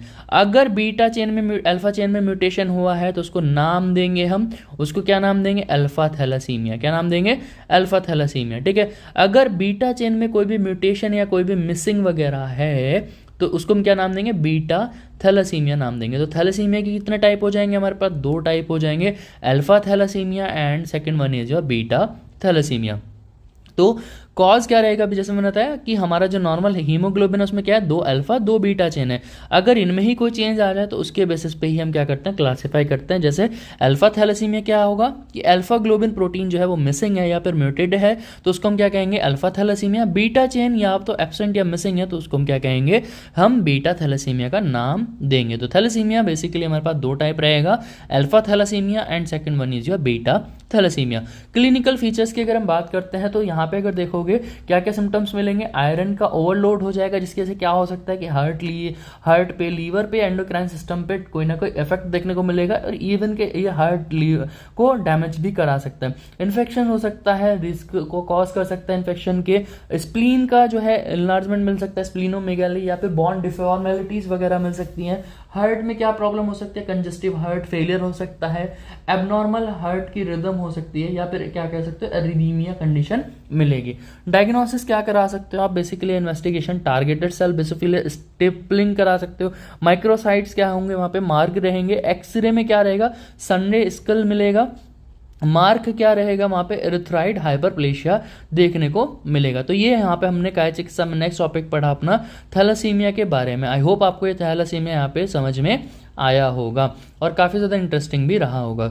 अब इसके बाद हम नेक्स्ट काय चिकित्सा में अपना नेक्स्ट टॉपिक पढ़ते हैं चैप्टर 6 में ही ल्यूकेमिया के बारे में। ल्यूकेमिया बेसिकली क्या है, एक ऐसी कंडीशन जिसको हम नॉर्मली क्या कह सकते हैं कि ब्लड कैंसर का नाम दे सकते हैं, या हम कह सकते हैं मैलिग्नेंसी है किसके, जो हमारे हिमेटोपोएटिक स्टेम सेल हैं। अब एक्चुअल में हिमेटोपोएटिक स्टेम सेल क्या है आपको पता है, जो आपके ब्लड सेल्स हैं वो कहाँ पे बनते हैं, बोन मैरो में। ये आपका एक रफ डायग्राम अगर मैं यहाँ पे बनाता हूँ, ठीक है, ये आपकी बोन, इसके अंदर क्या है, बोन के अंदर क्या है, हिमेटोपोएटिक स्टेम सेल हैं, ठीक है। ये हिमेटोपोएटिक स्टेम सेल क्या बनाते हैं, साइटोब्लास्ट बनाते हैं, जिसमें फर्दर पेरिथ्रोब्लास्ट बनता है, माइलोब्लास्ट बनता है, लिम्फोब्लास्ट बनता है, मोनोब्लास्ट बनता है, मैक्रोब्लास्ट बनता है, जिससे प्रो एरिथ्रोब्लास्ट से क्या बनेगा आपका एरिथ्रोसाइट मतलब आरबीसी बनेंगे, ठीक है। इसी तरह माइलोब्लास्ट से क्या बनेगा, बेसोफिल्स, ईसोफिल्स या न्यूट्रोफिल्स बनेंगे, ठीक है। इसी तरह लिम्फोब्लास्ट से क्या बनेगा, लिम्फोसाइट्स, मोनोसाइट्स बनेंगे, ठीक है। इसी तरह मेगोकैरियोसाइट से क्या बनेगा आपका थ्रोम्बोसाइट्स यानी कि आपके प्लेटलेट्स बनेंगे, ठीक है। और ये क्या बनेंगे आपके डब्ल्यूबीसीज। तो ये हमारे क्या है, डिफरेंट टाइप के सेल्स हैं। तो हिमेटोब्लास्ट सेल्स मतलब क्या है, ये कैसे थे, किससे थे, haematopoietic stem cell. Haematopoietic stem cell मतलब क्या है, जो ब्लड के फॉर्मिंग सेल्स है उनसे बना हीमोसाइटोब्लास्ट, और फर्दर उसमें क्या हुआ, हमारे डिफरेंट टाइप के सेल्स बने। अब यही हिमेटोपोएटिक स्टेम सेल्स में क्या आ जाए, कोई भी मतलब जो हमारा ब्लड सेल्स है इनका नंबर क्या होने लगे, एबनॉर्मली इंक्रीज होने लगे, है ना। कैंसर क्या है कि एक एबनॉर्मल इंक्रीज होना या फिर क्या होना, उसके स्ट्रक्चर वगैरह मॉर्फोलॉजी में चेंज आना, वो कंडीशन क्या कहलाएगी, हमारा क्या कहलाएगी, ल्यूकेमिया। ल्यूकेमिया क्या है, बेसिकली ब्लड कैंसर। तो ब्लड के जो सेल्स थे वो बन कैसे रहे हैं, या तो इमेच्योर बन रहे हैं, इम्प्रॉपर बन रहे हैं, उस कंडीशन को हम क्या कह रहे हैं, ल्यूकेमिया। तो ल्यूकेमिया क्या है, मैलिग्नेंट न्यूप्लाज्म है किसका, हिमेटोपोएटिक स्टेम सेल्स का, ठीक है। हिमेटोपोएटिक स्टेम सेल्स मतलब ब्लड सेल्स जो हैं वो जो ब्लड बना रहे हैं। It begin in the cell of bone marrow that flood the circulation blood और अदर ऑर्गन। अब अगर हम बात करते हैं इसके टाइप कितने हैं, 2 टाइप हैं, एक्यूट माइलॉइड ल्यूकेमिया, दूसरा है क्रॉनिक माइलॉइड ल्यूकेमिया। एक्यूट मतलब एकदम से हुआ है, माइलॉइड क्या है, जो हमारे माइलॉइड सेल्स हैं, ठीक है, उनका। इसी तरह क्रॉनिक है माइलॉइड ल्यूकेमिया। तो यहाँ पे हमारे पास डिफरेंट टाइप रहेंगे। माइलॉइड मतलब क्या है, जो हमारे माइलोब्लास्ट सेल्स हैं जो हमारे डब्ल्यूबीसी का फॉर्मेशन कर रहे हैं उनका होना, ठीक है। अब बेसिकली इसकी इटियोलॉजी या कॉजेस क्या रहेंगे, हेरिडिटी हो सकता है, रेडिएशन हो सकता है, ड्रग वगैरह यहाँ पे इसके कॉज रह सकते हैं। क्लिनिकल फीचर्स अगर देखोगे तो फैटीग मिलेगा, थकान मिलेगी, fever, anaemia, anorexia, weight loss वगैरह, कफ वगैरह, स्किन पे क्या रहेगा, टेंडरनेस मिलेगा, मेनिंजाइटिस मिलेगा, ठीक है। ये सारे कंडीशन तुम्हें देखने को मिल जाएंगे। इन्वेस्टिगेशन क्या करा सकते हो, डब्ल्यूबीसी का काउंट देख सकते हो, आरबीसी का काउंट दे सकते हो, प्लेटलेट्स क्या आएंगी, बेसिकली डिक्रीज रहेंगी, बोन मैरो का एग्जामिनेशन करा सकते हो। बायोकेमिकल इन्वेस्टिगेशन में अगर देखोगे एलडीएल बढ़ा आएगा, एलिवेटेड जो है सीरम यूरिक एसिड वो भी वहाँ पे एलिवेटेड देखने को मिलेगा। मैनेजमेंट अगर देखोगे तो क्या कर सकते हो, साइक्लोफॉस्फोएमाइड्स दे सकते हो या प्रीडिसोनियल दे सकते हो, या जब तक तुम क्या ना हो, बोन मैरो क्या ना हो, हाइपोप्लास्टिक ना हो जाए, मतलब जो हाइपोप्लास्टिक कंडीशन जब तक ना हो तब तक आप ये ट्रीटमेंट दे सकते हो। अब बेसिकली क्या करा सकते हो, या फिर ट्रांसफ्यूजन करा सकते हो किसका, पैक्ड रेड सेल का, जो हमारे स्टोर ब्लड है वहां से, ठीक है। तो ये हमारा ये सारे मैनेजमेंट पढ़ा हमने, ल्यूकेमिया क्या होता है बेसिकली उसके बारे में पढ़ा, टाइप्स पढ़े और उसके कॉज के बारे में डिस्कस किया। आई होप यहाँ तक आपको अच्छे से समझ में आया होगा। अब नेक्स्ट टॉपिक हम जो हमारा काय चिकित्सा चैप्टर 6 ही चल रहा है उसमें बात करते हैं haemolytic anaemia. Haemolytic anaemia basically क्या है कि आरबीसी का कम होना क्या कहलाएगा, एनीमिया। हीमोलिटिक मतलब क्या है, डिस्ट्रक्शन होना, ठीक है। तो आरबीसी का किसी भी तरीके से डिस्ट्रक्शन होना वो कहलाएगा हीमोलिटिक एनीमिया। तो anaemia result from an increase in the rate of red cell destruction. तो रेड सेल्स के डिस्ट्रक्शन या आरबीसी के डिस्ट्रक्शन में इंक्रीज होना वो क्या कहलाएगा, हीमोलिटिक एनीमिया कंडीशन कहलाएगा। भाई 2 टाइप का होता है, इंट्रिंसिक हीमोलिटिक एनीमिया, दूसरा रहेगा हमारे पास एक्सट्रिंसिक। इंट्रिंसिक मतलब क्या है, इसको हम कंजेनाइटल भी कह सकते हैं, ठीक है। जैसे इसमें क्या आ जाएगा हमारा सिकल सेल एनीमिया आ जाएगा। एक्सट्रिंसिक मतलब क्या है, किसी बाह्य कारण से, तो इसको हम क्या कह सकते हैं, एक्वायर्ड भी हो सकता है। तो इंट्रिंसिक हीमोलिटिक एनीमिया क्या है, एक कंजेनाइटल कंडीशन है जिसको हम क्या कह सकते हैं, हेमोलिटिक कंजेनाइटल एनीमिया का नाम दे सकते हैं। और एक्वायर्ड इसको हम क्या कह सकते हैं, एक्सट्रिंसिक को मतलब क्या है, एक्वायर्ड है जो आफ्टर बर्थ हुआ है। इसमें क्या आ सकता है, इसको मैं काउंट कर सकता हूँ आपको सिकल सेल एनीमिया, जैसे मैं पढ़ा चुका था। सिकल सेल एनीमिया में क्या है, बीटा चेन का म्यूटेशन होना, जिसमें क्या होता है आपका वेलिन जो है वो ग्लूटामिक एसिड से रिप्लेस कर दिया जाता है, ठीक है। कैन भी। अब दूसरा जो है हमारा वो कैसा हो सकता है, इसमें मीडिएटेड, इम्यून मीडिएटेड हो सकता है, नॉन इम्यून मीडिएटेड हो सकता है आपका एक्सट्रिंसिक हीमोलिटिक एनीमिया। अब यहाँ पे डायग्नोसिस क्या कराएंगे, यूरिन टेस्ट करा सकते हैं, ब्लड टेस्ट करा सकते हैं, बोन मैरो की बायोप्सी करा सकते हैं। साइन एंड सिम्टम्स क्या रहेगा, डार्क कलर का यूरिन मिलेगा, फैटीग रहेगी, डिजीनेस है ना, थकान वगैरह मिलेगी, येलोइंग होगी, किसका स्किन और आइस का एक टरस वगैरह कंडीशन हो सकता है, ब्रीदिंग की प्रॉब्लम वहाँ पे देखने को मिलेगी। मैनेजमेंट क्या कराएंगे, ब्लड ट्रांसफ्यूजन करा सकते हैं पेशेंट का, ठीक है, कॉर्टिकोस्टेरॉइड दे सकते हैं, इम्यूनोग्लोबिन दे सकते हैं, ठीक है, स्प्लीनेक्टोमी करा सकते हैं, स्प्लीन अगर इनहेंसमेंट हो उसको रिमूव करा सकते हैं, एक्सचेंज करा सकते हैं, ट्रांसफ्यूजन है ना, ब्लड ट्रांसफ्यूजन वगैरह करा सकते हैं, और साथ में क्या कर सकते हैं, इम्यूनोसुप्रेसिव थेरेपी दे सकते हैं। अगर इम्यून सिस्टम की हाइपर एक्टिविटी की वजह से हुआ है तो वहाँ पे क्या कर सकते हो आप, इम्यूनोसुप्रेसिव थेरेपीज वगैरह का यूज़ करा सकते हो पेशेंट में। तो ये यहाँ पे हमने किसके बारे में डिस्कस किया, हेमोलिटिक एनीमिया के बारे में डिस्कस किया है। अब नेक्स्ट हमारा टॉपिक है थ्रोम्बोसाइटोपिनिया। थ्रोम्बोसाइटोपिनिया मतलब क्या है, थ्रोम्बोसाइट किसको कहा जाता है, सबसे पहले अगर मैं बात करता हूँ यहाँ पे थ्रोम्बोसाइट किसका नाम है, यहाँ पे पहले बात करते हैं जो हमारा आरबीसी का क्या नाम है, आरबीसी को आया था एरिथ्रोसाइट्स, ठीक है, एरिथ्रोसाइट्स, एरिथ्रोसाइट किसका नाम है, आरबीसी का। इसी तरह थ्रोम्बोसाइट्स किसका नाम है, प्लेटलेट्स का। और जो हमारा ल्यूकोसाइट्स है वो किसका नाम है, ल्यूकोसाइट्स नाम होता है, दूसरा नाम है डब्ल्यूबीसीएस का, ठीक है। तो थ्रोम्बोसाइट, तो थ्रोम्बोसाइट किसका है, प्लेटलेट्स का।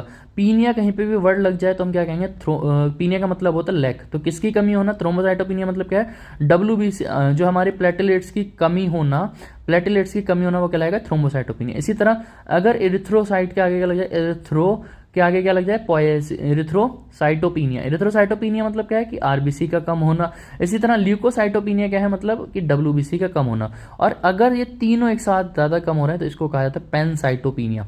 क्या कहेंगे, पैनसाइटोपिनिया, मतलब आरबीसी का कम होना, ठीक है, आरबीसी का, डब्ल्यूबीसी का, और साथ में किसका कम होना, प्लेटलेट्स का कम होना, वो कहलाएगा पैनसाइटोपिनिया। तो थ्रोम्बोसाइटोपिनिया क्या है, प्लेटलेट्स का कम होना क्या कहलाएगा, थ्रोम्बोसाइटोपिनिया कहलाएगा। तो थ्रोम्बोसाइटोपिनिया पे अगर हम बात करते हैं, एक कंडीशन जिसमें जो कैसे कैरेक्टराइज होती है, एबनॉर्मली लो लेवल होता है किसका, प्लेटलेट्स का, इसी को हम कहते हैं, प्लेटलेट्स का दूसरा नाम क्या है, थ्रोम्बोसाइट, इसी कंडीशन को हम कहते हैं थ्रोम्बोसाइटोपिनिया कहेंगे। कॉज क्या हो सकता है, ल्यूकीमिया है या फिर अदर टाइप का कैंसर है, कुछ टाइप के एनीमिया हो सकते हैं, हाइपर स्प्लीनिज्म मतलब स्प्लीन बढ़ चुका है, ठीक है, डेंगू फीवर है, या जाइका वायरस वगैरह की कंडीशन है। साइन एंड सिम्टम्स क्या मिलेंगे, इजी और एक्सेसिव ब्रूजिंग होगा, ठीक है, फैटीग रहेगा, स्प्लीन का एनलार्जमेंट रहेगा, और यूजुअली क्या मिलेगा, पेशेंट के अंदर मेंस्ट्रुअल फ्लो रहेगा क्योंकि वहाँ पे ब्लड का जो है क्लॉटिंग जल्दी नहीं होगी। सारे साइन एंड सिम्टम्स किस में मिलेंगे, थ्रोम्बोसाइटोपिनिया में देखने को मिलेंगे। तो अब नेक्स्ट हमारा जो काय चिकित्सा में चैप्टर 6 में हम स्टार्ट कर रहे हैं नेक्स्ट डिजीज, वो है हमारी हृदय रोग। हृदय रोग मतलब क्या है, बेसिकली हृदय में जो उत्पन्न रोग होते हैं उनको हम क्या कहेंगे, हृदय रोग कहेंगे। अब हम इसमें हृदय रोग में कार्डियक डिसऑर्डर्स को इंक्लूड कर सकते हैं, डिफरेंट टाइप के, वो हम यहाँ पे बात करेंगे। तो हृदय रोग क्या है, बेसिकली आचार्य चरक ने स्वतंत्र रूप से भी इसका वर्णन मिलता है। और क्या अगर हम बात करते हैं तो ये बेसिकली क्या है, इसमें तीन चीजों की दृष्टि होती है, पहला साधक पित्त, दूसरा अवलंबक कफ, और व्यान वायु की विकृति होती है। तो व्याधि के अगर परिचय की बात करते हैं तो स्वतंत्र रूप से वर्णन मिलता है। इसमें क्या होता है, पित्त जो है वो साधक पित्त का वो बताया गया दृष्टि, और कफ जो हमारे 5 टाइप के कफ है उसमें अवलंबक कफ, और वायु में व्यान वायु की दृष्टि ये बताई गई है, ठीक है। तो ये अगर हम बात करते हैं, आचार्य माधव क्या कहते हैं कि हृदय में उत्पन्न रोग को हम क्या कहते हैं, हृदय रोग कहते हैं, मतलब जो रोग हृदय में उत्पन्न होगा उसी को हम क्या कहेंगे, हृदय रोग कहेंगे। अब बेसिकली ये हमारे परिभाषा की तरफ चलते हैं।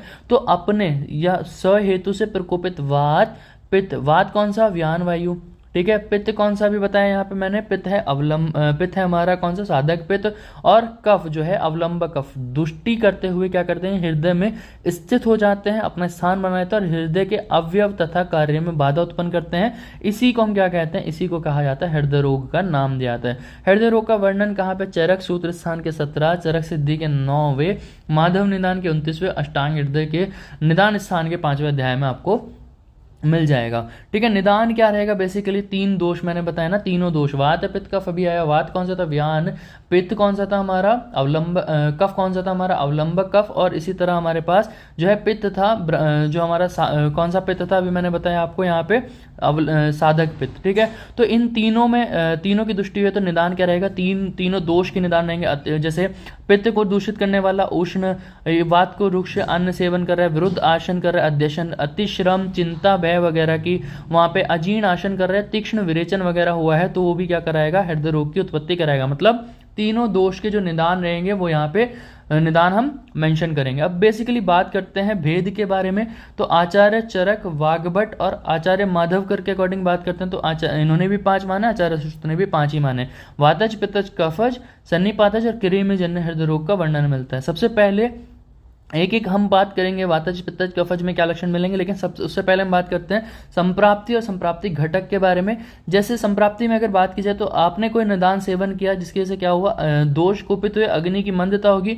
जब अग्नि की मंदता हो जाएगी तो रस धातु कैसी हो जाएगी, आम युक्त हो जाएगी, जिसकी वजह से क्या होगा, स्रोतों में अवरोध होगा। जब स्रोतों में अवरोध होगा तो उरहा में क्या होगा, शूल मिलेगा, जिसको हम क्या नाम देंगे, हृदय रोग का नाम देंगे। ठीक है, बेसिकली किसमें याद रखना है कि अग्निमांद की उत्पत्ति की वजह से क्या हो रहा है, हमारा हृदय रोग की उत्पत्ति हो रही है। दोष कौन सा रहेगा, वात प्रधान है लेकिन त्रिदोषज है।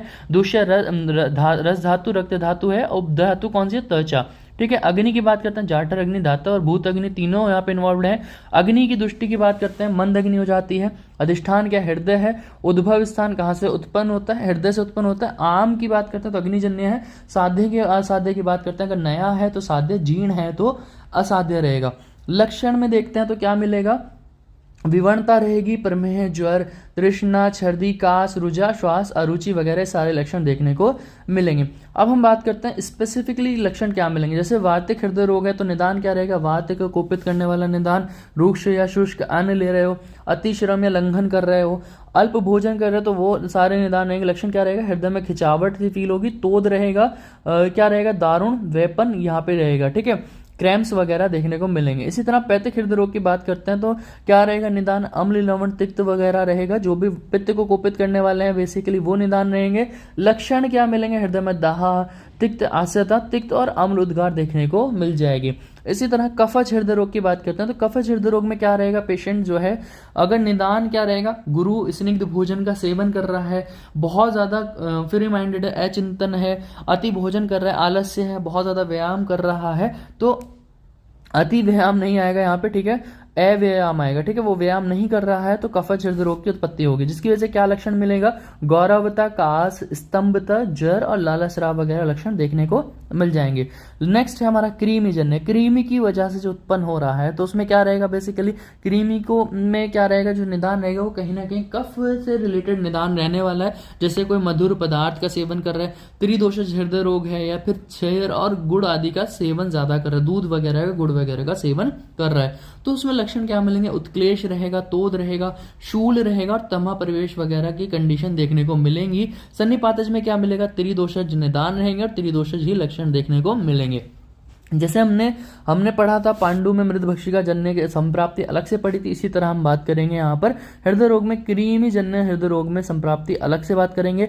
सबसे पहले क्या होगा, मान लो किसी को त्रिदोषज हृदय रोग है, वो क्या कर रहा है, तिल, गुड़, क्षीर वगैरह का बहुत ज्यादा सेवन कर रहा है, तो हृदय प्रदेश में क्या हो जाएगा, ग्रंथि हो जाएगी और वहां पे क्या होगा, क्लेद, म्यूकस वगैरह क्या होगा, उससे कृमि की उत्पत्ति हो जाएगी। ठीक है, मतलब क्या होगा, वहां पे ग्रंथि वगैरह उत्पन्न हुई और क्लेद वगैरह उत्पन्न हुआ तो वहां पे क्या हुआ, कृमि की उत्पत्ति हो गई। अब ये कृमि क्या करेंगी, हृदय का भक्षण, मतलब हृदय को खाना शुरू कर देंगी और इसी को हम क्या कहेंगे, कृमिज हृदय रोग का नाम देंगे। ठीक है, ये हमारे कृमिज हृदय रोग की यहाँ पे संप्राप्ति है। साध्य साध्यता की अगर बात करते हैं तो अगर एक दोषज है तो साध्य है, सन्निपातज और कृमिजन्य है तो साध्य है, अगर दुर्बल रोगी है और बहुत ज्यादा वहां पे उपद्रव आ चुके हैं तो असाध्य की कंडीशन देखने को रहेगी। नेक्स्ट हम बात करते हैं हृदय रोग की चिकित्सा। अगर वातज हृदय रोग में चिकित्सा की बात करते हैं, स्नेहन और मृदु विरेचन करा सकते हैं, मृदु वमन दे सकते हैं। रस वगैरह में अगर देखोगे तो हमें क्या देना है, भस्म पिष्टि वगैरह में अकीक पिष्टि, अकीक भस्म, जवाहर मोरा वगैरह दे सकते हो। वटी में क्या दे सकते हो, शंकर वटी, हृदय रोग वटी और प्रभाकर वटी दे सकते हैं 250 से 500 mg। चूर्ण अगर देते हैं तो कौन सी, पिपली चूर्ण, पुष्कर चूर्ण और हरित के आदि चूर्ण दे सकते हैं 3 से 5 ग्राम। क्वाथ की अगर मात्रा बात करते हैं तो पुष्कर आदि क्वाथ और शुंठी क्वाथ दे सकते हैं 20 से 30 ml जल के साथ। घृत की बात करते हैं, बलाद घृत, त्रियुष्ण घृत और अर्जुन घृत वगैरह का 20 से 30 ml दे सकते हैं। ठीक है, ये हमारा वातिक हृदय रोग की चिकित्सा के बारे में आएगा, तो इस तरह से ही आपको मेंशन करना है। पैतिक हृदय रोग में क्या करा सकते हैं, संशोधन में मृदु विरेचन करा सकते हैं, रस वगैरह पिष्टि वगैरह में। वातिक हृदय रोग में जो मैंने अभी यहाँ पे बताई थी वही सब में चलेगी, वातिक हो, पित्तिक हो, कफज हो। यहाँ पे जो मैंने पिष्टि, अकीक भस्म, जवाहर मोहरा वटी है ना, तो यहाँ पे देख सकते हैं वटी वगैरह। तो यहाँ पे क्या है, वातिक हृदय रोग के समान है। चूर्ण, मधुयष्टि की चूर्ण दे सकते हैं, अर्जुन की चूर्ण दे सकते हैं। अर्जुन काफी ज्यादा कार्डियो प्रोटेक्टिव है। पथ्य आधारिष्ट दे सकते हैं क्वाथ में, द्रक्ष घृत दे सकते हैं, चीरपाक में अर्जुन का चीरपाक दे सकते हैं। कफज हृदय रोग में अगर देखो तो इसने हम स्वेदन मृदु विरेचन करा सकते हैं। भस्म वगैरह में जैसे मैंने बात में बताया वही है। चूर्ण में क्या दे सकते हैं, पाठा आदि चूर्ण, सूक्ष्म एल आदि चूर्ण और पुष्कर मूल चूर्ण दे सकते हैं। क्वाथ आसव वरिष्ठ वगैरह में दशमूल क्वाथ या कटफल आदि क्वाथ का पेशेंट को सेवन करा सकते हैं। त्रिजोषध अगर हृदय रोग है तो लंघन और विरेचन कराना है। रस वगैरह जो भस्म पिष्टि वगैरह वात रोग के समान देनी है। चूर्ण वातज कफज के समान, और क्वाथ है जो तीनों में बताया, वात में जो पित्त में और कफ में जो बताए गए हैं क्वाथ वो सेम रहेंगे। घृत भी वात पित्त कफ के समान सेम चिकित्सा आप लिख सकते हो। कृमिद हृदय रोग में क्या रहेगा, बेसिकली क्या कराओगे, संशोधन कराओगे, स्नेह स्वेदन द्वारा पाचन और लंघन कराओगे। चूर्ण में क्या दोगे, देखो कृमि उत्पन्न हो तो बेसिकली कृमि पे जो वर्क करेगा वो सारे द्रव्य देने हैं, जैसे पलाश बीज का चूर्ण, विडंग आदि चूर्ण, पिपले आदि चूर्ण, पुष्कर आदि चूर्ण। जैसे मैंने विडंग बताया था कहाँ पे, मृद भक्षिका जन्य पांडु में भी बताया है। क्वाथ वगैरह में आसव अरिष्ट में विडंग अरिष्ट, घृत में अर्जुन घृत और बलाद घृत वगैरह दे सकते हो। पाक में विडंग अवले दे सकते हो, और लोहो में नवायस लोहा वगैरह का पेशेंट को सेवन करा सकते हो। तो यहाँ पे कंप्लीट हो जाता है हमारा हृदय रोग की चिकित्सा वगैरह के बारे में। आई होप आपको यहाँ तक समझ में आया होगा। चिकित्सा चैप्टर 6 में अब हम बात करेंगे नेक्स्ट डिजीज जिसका नाम है हाइपरटेंशन। हाइपरटेंशन बेसिकली क्या है, जिसको हम कॉमनली क्या कह सकते हैं, हाई ब्लड प्रेशर के नाम से जानते हैं। और हाइपरटेंशन को समझने से पहले सबसे पहला ही हम यहाँ पे डिस्कस करेंगे इसकी पैथोफिजियोलॉजी के बारे में। तो देखो पैथोफिजियोलॉजी क्या होती है कि जो तुम्हें पता है हमारे पीछे एक मैकेनिज्म चलता है जिसका नाम है RAS system, renin angiotensinogen angiotensin system चलता है। इस सिस्टम का काफ़ी ज़्यादा इंपॉर्टेंट रोल होता है जो तुम्हारा ब्लड प्रेशर है उसको मेंटेन करने के लिए, ठीक है। अगर सपोज करो आपकी बॉडी में डिहाइड्रेशन होना शुरू हो जाता है तो क्या होगा कि जो आपका वाटर का कंटेंट है वो आपकी बॉडी में होल्ड किया जाना चाहिए, तभी क्या होगा कि आपका जो ब्लड प्रेशर है वो राइज होगा, या फिर जो कंटेंट है वो तुम्हारी बॉडी में स्टोर होगा तो ब्लड प्रेशर ऑटोमेटिकली राइज होगा। तो ब्लड प्रेशर कैसे राइज होता है यहाँ पे हम समझते हैं। तो सबसे पहले हम बात करते हैं लीवर। तो लीवर जो है और ये एक एंजाइम बनाता है जिसका नाम है एंजियोटेंसिनोजन। तो लीवर से क्या रिलीज होता है, एंजियोटेंसिनोजन रिलीज होता है, ठीक है। एंजियोटेंसिनोजन क्या होता है, रिलीज होता है। जब लीवर से एंजियोटेंसिनोजन रिलीज होता है तो ये एंजियोटेंसिनोजन क्या है, इनएक्टिव फॉर्म में रहता है, ठीक है, ये अभी काम का नहीं है। तो जो आपकी किडनी के पास जक्स्टाग्लोमेरुलर एपेरेटस है, ये वाला जो स्ट्रक्चर है इसको हम क्या कहते हैं, किडनी का जक्स्टाग्लोमेरुलर एपेरेटस। तो यहाँ के जो सेल्स हैं वो रिलीज करते हैं एक हार्मोन जिसका नाम है, एक एंजाइम जिसका नाम है रेनिन, ठीक है। अब ये रेनिन क्या करता है, इस एंजियोटेंसिनोजन को कन्वर्ट करता है एंजियोटेंसिन 1 में, जो कैसा है, एक्टिव है।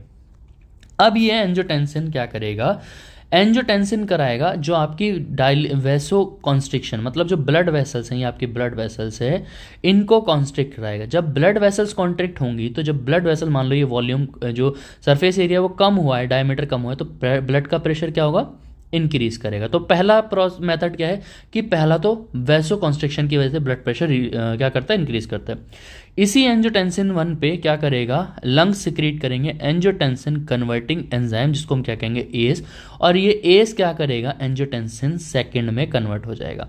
ये एंजियोटेंसिन 2 जाएगा एड्रेनल कॉर्टेक्स पे, और एड्रेनल कॉर्टेक्स से रिलीज होगा एल्डोस्टेरोन, ठीक है। जैसे एल्डोस्टेरोन रिलीज होगा तो किडनी से क्या होगा, सोडियम और पोटेशियम, सोडियम का और वाटर का क्या होना शुरू हो जाएगा, रीअब्जॉर्प्शन होना शुरू होगा। मतलब बॉडी में क्या करेगा, सोडियम जो है, आयंस जो है, और प्लस वाटर इंक्रीज करेगा, जिसके से क्या होगा, जो तुम्हारा ब्लड कैपिलरी उसमें प्रेशर इंक्रीज कर जाएगा और ब्लड प्रेशर इंक्रीज होगा। तो इसी को हम कहते हैं रास सिस्टम या रास मैकेनिज्म का नाम देते हैं, ठीक है। तो इसके थ्रू क्या होता है, जो तुम्हारा ब्लड प्रेशर है वो इंक्रीज करता है। अगर लीवर से डायरेक्टली एंजियोटेंसिनोजन कन्वर्ट होता, रिलीज होता रहे और ये रेनिन वगैरह रिलीज होता है तो ब्लड प्रेशर क्या होगा, कंटिन्यूसली इंक्रीज करता रहेगा। नॉर्मल ब्लड प्रेशर कितना होता है, systolic by diastolic 120/80 mm of Hg। अगर इससे ज़्यादा ब्लड प्रेशर है तो इसको हम क्या कहेंगे, हाइपरटेंशन कहेंगे, और अगर कम रहेगा तो उसको हम क्या कहेंगे, हाइपोटेंशन का नाम देंगे। तो यहाँ पे अगर इस पूरी पैथोफिजियोलॉजी के थ्रू हम क्या करते हैं, अगर आपको लिखने के लिए आता है हाइपरटेंशन तो हमें ये पूरा मेंशन करना रहेगा, ठीक है। यहाँ पे पैथोफिजियोलॉजी मुझे लगता है आपको यहाँ पे समझ में आ गई होगी। सबसे पहले हाइपरटेंशन की बात करते हैं, also known as high blood pressure. एक लॉन्ग टर्म मेडिकेशन है जिनमें क्या होता है, ब्लड प्रेशर आर्टरीज में परसिस्टेंटली एलिवेट करता रहता है, यानी कि बढ़ता रहता है। क्लासिफिकेशन की बात करते हैं, इसमें दो टाइप होते हैं, प्राइमरी हाइपरटेंशन, दूसरा है हमारे पास सेकेंडरी हाइपरटेंशन। प्राइमरी हाइपरटेंशन अगर देखा जाए 90 से 95% केसेस में प्राइमरी हाइपरटेंशन होता है, और सेकेंडरी हाइपरटेंशन बेसिकली क्या है 5 to 10% केसेस होते हैं। अब हाइपरटेंशन जो प्राइमरी है उसमें अगर हम बात करते हैं तो यहाँ पे जो कहीं ना कहीं फैक्टर रहता है वो आपका हैबिटेट रहता है, या आप कह सकते हो कि जो आपकी लाइफ स्टाइल है वो कहीं ना कहीं रहता है। तो defined as high blood pressure due to non specific excessive body weight या लैक ऑफ ब्रेस्ट फीडिंग वगैरह की कंडीशन में भी देखने को मिलता है। सेकेंडरी हाइपरटेंशन में क्या होगा, कहीं ना कहीं जो आपका एंडोक्राइन सिस्टम है वो डिस्टर्ब है। जैसे मान लो आपके एंडोक्राइन सिस्टम में एंजियोटेंसिन बहुत ज़्यादा रिलीज हो रहा है, एंजियोटेंसिन काफ़ी ज़्यादा रिलीज हो रहा है, तो वो कहीं ना कहीं उसका रोल रहता है। डिप्रेशन हो सकता है, या फिर बर्थ कंट्रोल पिल वगैरह का यहाँ पे रोल रहता है। तो सेकेंडरी में क्या है कि जो डायरेक्ट हमारा रोल नहीं है, यहाँ पे क्या है कोई सेकेंडरी कॉज है तो उसको हम कहेंगे सेकेंडरी हाइपरटेंशन। अगर प्राइमरी क्या है कि बेसिकली जो तुम्हारा लाइफ स्टाइल है वही डायरेक्ट कहीं ना कहीं उस पर इन्फ्लुएंस कर रहा है, तो वो है हमारा प्राइमरी हाइपरटेंशन। ठीक है, पैथोफिजियोलॉजी हमने भी डिस्कस की। अब साइन एंड सिम्टम्स क्या रहेंगे, बेसिकली बहुत ज़्यादा पेशेंट जो होते हैं वो एसिम्टोमेटिक रहते हैं, हेडेक रहेगा, वर्टिगो रहेगा, टेनाइटिस रहेगा, विजन अल्टर्ड हो सकता है, जो एपिसोड्स हैं फेंटिंग मतलब मूर्छा वगैरह पेशेंट में देखने को मिल सकती है। डायग्नोसिस क्या कराओगे, बेसिकली अगर डायग्नोस करोगे तो पेशेंट जो है वो ऑक्सीपिटल रीजन जो है हेड पे वहाँ पे पेन बताएगा, ठीक है, हेडेक बताएगा, और वो भी क्या बताएगा ऑक्सीपिटल, जो आपका पीछे वाला रीजन है ब्रेन का, ये जो हमारा ऑक्सीपिटल रीजन है उस पे पेन बताएगा, जो कि वर्स होगा मॉर्निंग में। टेनाइटिस होगा, मतलब टेनाइटिस का मतलब क्या होता है कि क्या होगा, टिंगलिंग सेंसेशन होगा ईयर में, पैल्पिटेशन होगा, चेस्ट एक्सरे पे आप देखोगे तो एनलार्जमेंट हो सकता है लेफ्ट वेंट्रिकल का, और ईसीजी में अगर देखोगे तो वेंट्रिकुलर हाइपरट्रॉफी मतलब वही जो हमारा वेंट्रिकल है उसका एनलार्जमेंट देखने को ईसीजी में भी आएगा। ठीक है, ट्रीटमेंट अगर देखेंगे तो डायूरेटिक दे सकते हैं, लाइक थायोसाइड्स दे सकते हैं ना, तो जो हमारा यूरिन को पास आउट कराएगी, मतलब किडनी में एब्जॉर्प्शन नहीं होगा तो किडनी से जब वाटर निकलेगा या यूरिन पास आउट होगा तो क्या करेगा, हाइपरटेंशन को कम करेगा। कैल्शियम के एंटागोनिस्ट दे सकते हो, एस इनहिबिटर है ना, देखो यहाँ पे अभी बताया था ना, ये एस जो है अगर इस एस को ही हम इनहिबिट कर दें तो एंजियोटेंसिन सेकंड नहीं बनेगा, और एंजियोटेंसिन सेकंड नहीं बनेगा तो एड्रेनल कॉर्टेक्स से एल्डोस्टेरोन वगैरह नहीं होगा और वाटर का रिएब्जॉर्प्शन नहीं होगा। तो हम क्या दे सकते हैं, इस एस को इनहिबिट कराने के लिए ड्रग्स दे सकते हैं, इनको कहा जाएगा एस इनहिबिटर, जैसे कैप्टोप्रिल, एनलप्रिल, एम्लोडिपिन दे सकते हैं। सेकंड लाइन ऑफ ड्रग क्या कर सकते हैं, कैल्शियम को बीटा ब्लॉकर के साथ दे सकते हैं, कैल्शियम एंटागोनिस्ट को, एस इनहिबिटर को थायराइड्स के साथ दे सकते हैं, बीटा ब्लॉकर को भी हम थायराइड के साथ दे सकते हैं। तो यहाँ पे ये कंप्लीट होता है हमारा हाइपरटेंशन। मुझे उम्मीद है कि आप लोगों को यहाँ पे समझ में आया होगा। अब नेक्स्ट डिजीज हमारी काय चिकित्सा के चैप्टर 6 में है हमारा इस्चीमिया। इस्चीमिया बेसिकली क्या है, पहले मैं आपको यहाँ पे कंडीशन बता देता हूँ।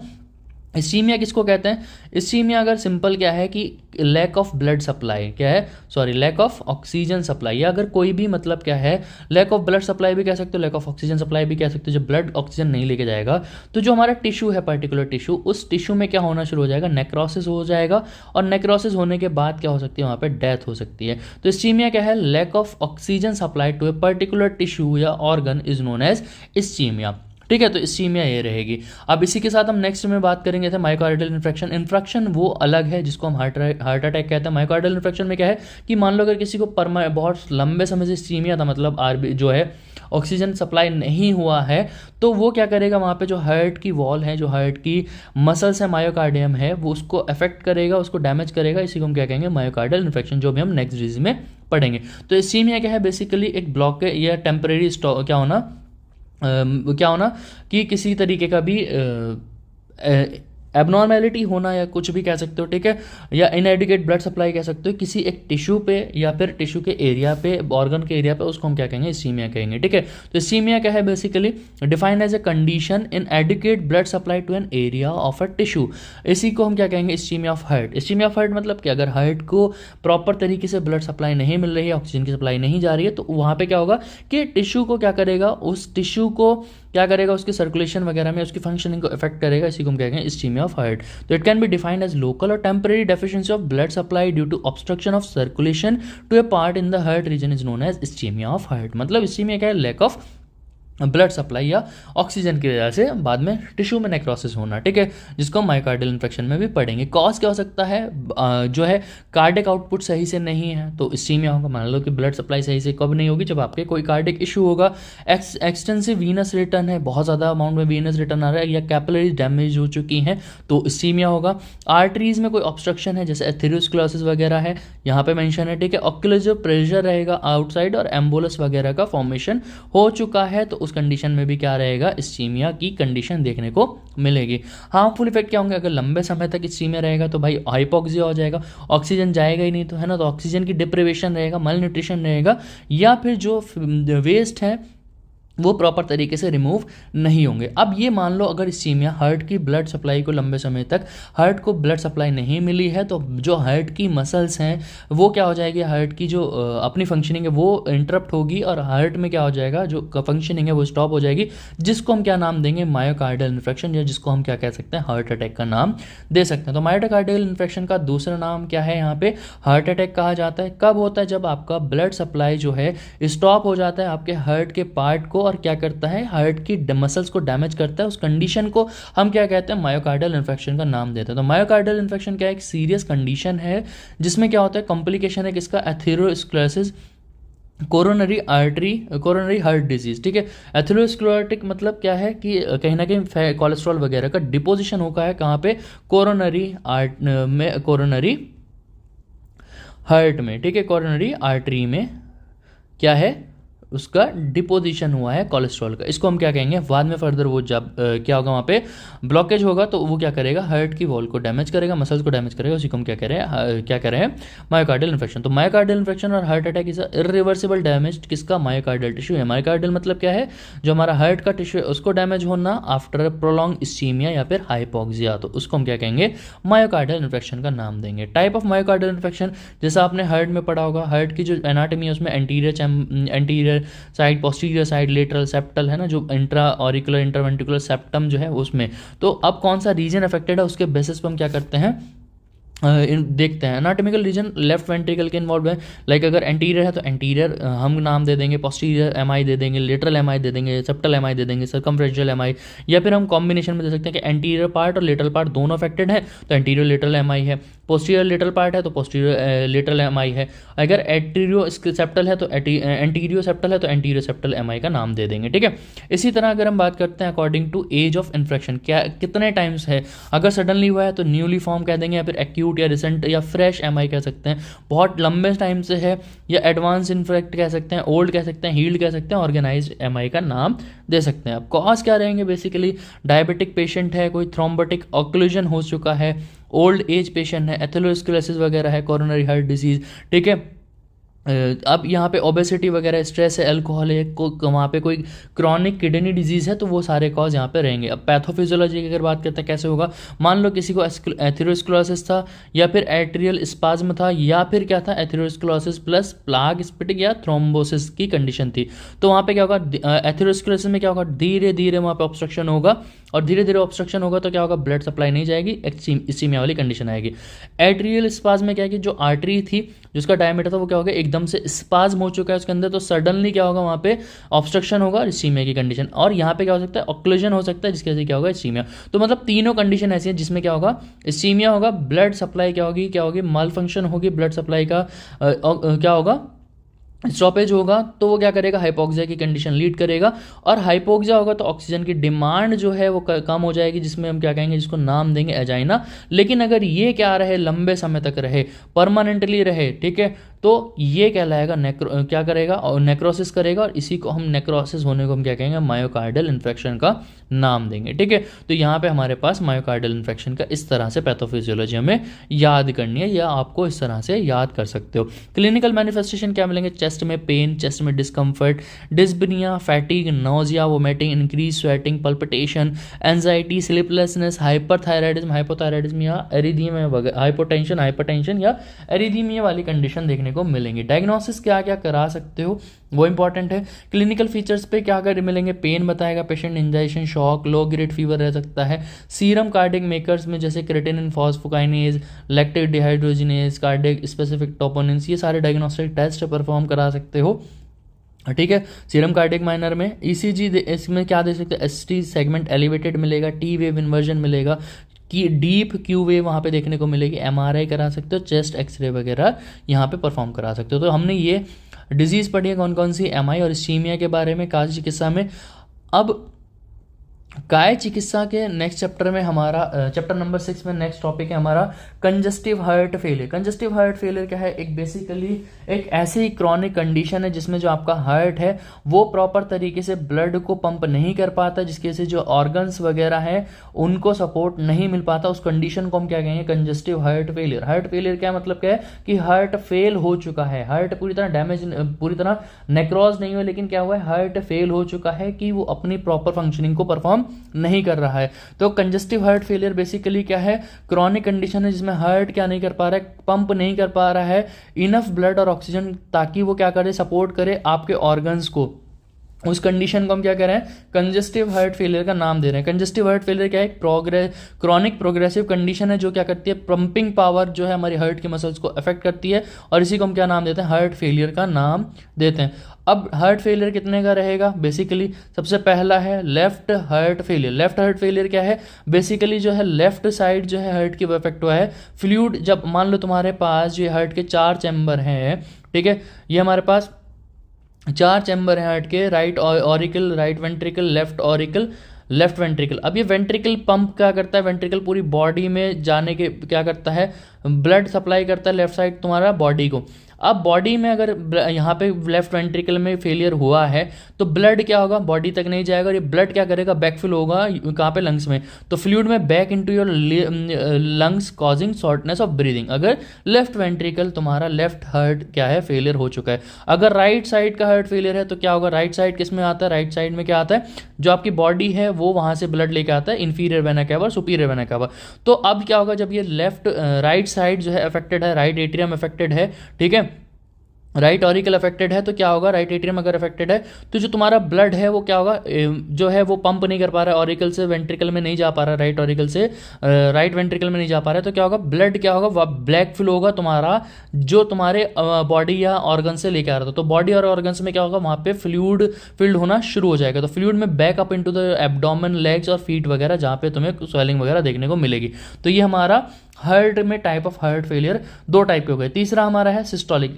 भाई सिस्टोलिक और डायस्टोलिक तुम्हें पता है, सिस्टोलिक में क्या है, लेफ्ट वेंट्रिकल क्या नहीं कर पा रहा है, कॉन्ट्रैक्ट ही नहीं कर पा रहा है, इसी वजह से हार्ट की प्रॉब्लम हो रही है, तो इसको हम कहेंगे लेफ्ट वेंट्रिकल हार्ट फेलियर को ही कह सकते हो, या तुम सिस्टोलिक हार्ट फेलियर का नाम दे सकते हो। इसी तरह डायस्टोलिक है, लेफ्ट वेंट्रिकल अब रिलैक्स ही नहीं हो पा रहा है ताकि उसके अंदर पूरी तरह से ब्लड फिल्ड हो जाए, तो उसको हम क्या कहेंगे, डायस्टोलिक हार्ट फेलियर का नाम देंगे। तो हमारे पास 4 टाइप का हार्ट फेलियर है। लेफ्ट साइड अगर वहाँ पे अफेक्टेड है तो लेफ्ट हार्ट फेलियर, और लेफ्ट साइड अगर अफेक्टेड है तो कहाँ जाएगा ब्लड जाएगा लंग्स में, तो लंग्स में मिलेगा, ठीक है। और हार्ट फेलियर अगर कहाँ है, राइट साइड में हो तो फ्लूइड राइट साइड में क्या आता है, डीऑक्सीनेटेड ब्लड आता है, और वो डीऑक्सीनेटेड ब्लड कहाँ एक्यूमुलेट होगा, तुम्हारी बॉडी के पार्ट्स में एक्यूमुलेट होना शुरू हो जाएगा। इसी तरह 2 टाइप फर्दर है, सिस्टोलिक और डायस्टोलिक। सिस्टोलिक में क्या है कि हार्ट क्या है, पंपिंग सही से क्या है, कॉन्ट्रैक्शन नहीं कर पा रहा है वेंट्रिकल, तो उसको हम कहेंगे सिस्टोलिक हार्ट फेलियर। और कॉन्ट्रैक्ट तो किया लेकिन अब वो जो है उसका रिलैक्सेशन नहीं हो पा रहा है ताकि वो पूरी तरीके से फिल कर सके, उसको हम क्या कहेंगे, डायस्टोलिक हार्ट फेलियर का नाम देंगे। काजेस क्या हो सकते हैं यहाँ पे, कोरोनरी आर्टरी डिजीज है या हार्ट अटैक हुआ है, हाई ब्लड प्रेशर है, फॉल्ट हुआ है कोई हार्ट की वॉल में, मायोकार्डाइटिस है मतलब इन्फ्लामेशन है मायोकार्डियम में, डैमेज हुआ है कोई हार्ट की वॉल को, या फिर एरिदीमे वाली कंडीशन है, तो वो यहाँ पे सारे कॉज रहेंगे। क्लिनिकल मैनिफेस्टेशन क्या मिलेगा, अगर लेफ्ट साइड में जा रहा है तो लंग्स को अफेक्ट करेगा, तो क्या रहेगा, शॉर्टनेस ऑफ ब्रीथ, फैटीग और वीकनेस रहेगा, स्वेलिंग रहेगा एंकल और लेग्स वगैरह में, फीट वगैरह में, रिड्यूस एबिलिटी हो जाएगी एक्सरसाइज की, एसाइटिस की कंडीशन हो सकती है क्योंकि फ्लूइड क्या है वापस एक्यूमुलेट कर रहा है एब्डोमेन वगैरह में, lack of appetite, chest pain वगैरह की कंडीशन देखने को मिलेगी। डायग्नोस्टिक एवोल्यूशन क्या करा सकते हो, उसका हिस्ट्री ले सकते हो, फिजिकल एग्जामिनेशन करा सकते हो, ब्लड टेस्ट परफॉर्म करा सकते हो, ईसीजी, ठीक है, इको करा सकते हो, एमआरआई और मायोकार्डियल बायोप्सी वगैरह यहाँ पे कंडक्ट करा सकते हो। तो ये हमने यहाँ पे चैप्टर 6 में काय चिकित्सा के पढ़ा, कंजस्टिव हार्ट फेलियर। अब नेक्स्ट हमारा काय चिकित्सा के चैप्टर 6 में हमारा है आम वात, जिसको हम क्या कह सकते हैं, रूमेटॉइड आर्थराइटिस का नाम दे सकते हैं। आम वात 2 वर्ड से ही मिलकर समझ में आ रहा होगा, किससे मिलकर बना है, आम प्लस वात से मिलकर ये वर्ड बना है, ठीक है। आम वात का बेसिकली अगर मैं बात करता हूँ तो आचार्य माधवकर ने बहुत ज़्यादा वर्णन किया है। अगर मैं बात करता हूँ यहाँ पे, तो आज आम वात को रूमेटाइड आर्थराइटिस या गठिया बाय का रोग कॉमन लैंग्वेज में हम कह सकते हैं। तो अगर इंट्रोडक्शन क्या है कि बेसिकली आम वात का अगर मैं इंट्रोडक्शन करता हूँ, आयुर्वेद संहिताओं में प्राप्त रूप से मिलता है और माधवकर ने आम वात का सुष्टुष्ट वर्णन किया है, इसलिए आम वात को आचार्य माधवकर का मौलिक अवदान माना जाता है। तो अवदान किसका है? आचार्य माधवकर का। ये एमसीक्यू का पॉइंट हो सकता है। रूमेटाइड आर्थराइटिस के नाम से इसको जानते हैं। कहाँ पे वर्णन है? चरक चिकित्सा के 15, माधव के 25, षाडंगर संहिता के 7वें में, भाव प्रकाश के मध्यम करने के 26वें, चक्रदत्त के 25वें और गद निग्रह के 22वें अध्याय। मतलब जो भी रेफरेंस यहाँ से याद कर सकते हो वो इंपॉर्टेंट, जैसे चरक चिकित्सा इंपॉर्टेंट है, माधव निदान इंपॉर्टेंट है, दो पता होना चाहिए। अगर हम व्याधि की निरुक्ति की बात करते हैं तो निरुक्ति पे चलते हैं। क्या कहा गया? आमेन सहित वात आम वात, मतलब आम और वायु इन दो शब्द से मिलकर आम वात शब्द की उत्पत्ति हुई है। और इसके पर्याय क्या? आम मारुत, गठियावात, साम संधिवात और रसवात इसका नाम से जाना जाता है। परिभाषा की बात करते हैं। माधव निदान ने क्या कहा है? जब आम दोष और वात दोष क्या हो जाते हैं? एक साथ पूरे शरीर में प्रकोपित हो जाते हैं। शरीर के कहाँ चले जाते हैं? कोष्ठ में, त्रिक प्रदेश और संधियों में जाकर क्या करते हैं? शूल, शोथ और स्तब्धता उत्पन्न करते हैं। इसी को हम क्या कहते हैं? आम वात कहते हैं। तो आम वात क्या है? बेसिकली रूमेटाइड आर्थराइटिस से नाम समझ में आ रहा है। आर्थराइटिस इन्फ्लामेशन है किसका? जॉइंट्स का। तो इसी को हम क्या कह रहे हैं? आम वात का नाम दे रहे हैं। तो आम वात में क्या है? आम दोष और वात दोष मिले, पूरी बॉडी में गए और बेसिकली कहाँ गए? कोष्ठ में, त्रिक प्रदेश में और संधियों में जाने के बाद क्या किया उन्होंने? आम वात रोग की उत्पत्ति करा दी। तो ये हमारा परिभाषा है, ठीक है। अब इसमें निदान क्या रहेंगे? आहारज निदान हो सकते हैं। विहारज तो क्या रहेगा? आम को उत्पन्न कराने वाले निदान और वात को कुपित करने वाले निदान रहेंगे। जैसे विरुद्ध आहार, स्निग्ध आहार, अभिसंधि, विदाही और शीतल का विषम आहार, दही, मांस वगैरह, विषम आसन, अजीर्ण आसन, मंद अग्नि। तो विषम आसन, अजीर्ण आसन, मंद अग्नि वगैरह सभी में रहेगा। दूषित विष युक्त और जो है हमारा पूरी युक्त क्या कर रहे हो? जलपान कर रहे हो। विहारज में क्या रहेगा? अति व्यायाम, रात्रि जागरण, विरुद्ध आहार, वेग धारण, दिवस अपने चेष्टा रहित, मतलब कफ को बढ़ाने वाले सारे यहाँ पे। मानसिक निदान में आ जाएगा जैसे चिंता, शोक, भय, क्रोध वगैरह, ये सारे कंडीशंस रहेंगे, ठीक है। संप्राप्ति पे चलते हैं। संप्राप्ति में अगर मैं बात करता हूँ, आपने क्या किया? विरुद्ध आहार का सेवन किया, दोष कुपित हो गए, अग्नि मंद हुई, आम की उत्पत्ति हो जाएगी। ये आम क्या करेगा? आमाशय संधि वगैरह में उपस्थित कफ से मिलेगा और कफ के जो है पिच्छल वगैरह कर क्या करेगा? आम धमनियों में पहुंचेगा और वात द्वारा प्रेरित होकर तीनों दोष से मिलकर बहुत ज्यादा दूषित होकर क्या करेगा? शरीर के श्वेत में क्लेद उत्पन्न करेगा, जिसकी वजह से क्या होगा? शरीर में दुर्बलता और हृदय में पीड़ा आएगी। साथ में क्या होगा? त्रिक, जानु, मणिबंध, कर्पूर और उंगलियों की संधियों में आम दोष का संचय होगा, जिसकी वजह से क्या होगा? शोथ, शूल, स्तब्धता। तो जो तुम्हारी संधियां हैं उसमें क्या मिलेगा? शोथ रहेगा, शूल रहेगा और स्तब्धता मिलेगी। इसी को हम क्या कहेंगे? आम वात का नाम देंगे, ठीक है। आम वात में अगर देखोगे दोष कौन सा है? वात कौन सा है? व्यान, समान, प्राण और पित्त कौन सा? पाचक और कफ कौन सा? श्लेषक कफ की यहाँ पे दोष का रोल बताया गया, ठीक है। दूष्य कौन है? रस, मेद, मज्जा, और उपधातु कौन सा? सीरा, स्नायु। शारीरिक मल कौन सा? धातुमल कौन सा? कफ। शारीरिक है पुरुष। अग्नि, जाठर अग्नि की मंदता रहेगी, धातु अग्नि की, ठीक है। आम की वजह से उत्पन्न है तो अग्निजन्य है। स्रोतसों में अगर बात करते हैं तो अन्नवय, रसवय, अस्थिवय स्रोतस की व्याधि है। ऑब्स्ट्रक्शन मिलेगा, संघ है, ठीक है। उद्भव स्थान आमाशय और पक्वाशय बताया गया। संचार स्थान क्या है? अन्नवय, स्रोतस, धमनी और कफ स्थान को बताया गया। अधिष्ठान क्या है? श्लेष में स्थान है। और व्याधि कैसे कृत साध्य? रोग मार्ग की बात करते हैं तो मध्यम रोग मार्ग की व्याधि है। आम वात के भेद अगर बात करते हैं, दोष अनुसार 4 भेद हैं: वातज, पित्तज, कफज और सन्निपातज। और लक्षण के बेसिस पे बात करते हैं तो आशुकारी और चेरकारी, मतलब या तो एक्यूट है या फिर हमारे पास क्रॉनिक है। सामान्य लक्षण क्या रहेंगे? कॉमनली अगर देखोगे, अंगमर्द, बॉडी एक, अरुचि, तृष्णा, आलस्य, चलने फिरने में पेन होगा, ठीक है। गुरुता रहेगी, ज्वर और सम्यक पाचन नहीं होगा। और विभिन्न अंगों में क्या होगा? शोथ यानी कि एडिमा मिलेगा। वातज, आम वात की बात करते हैं तो बहुत ज्यादा शूल मिलेगा।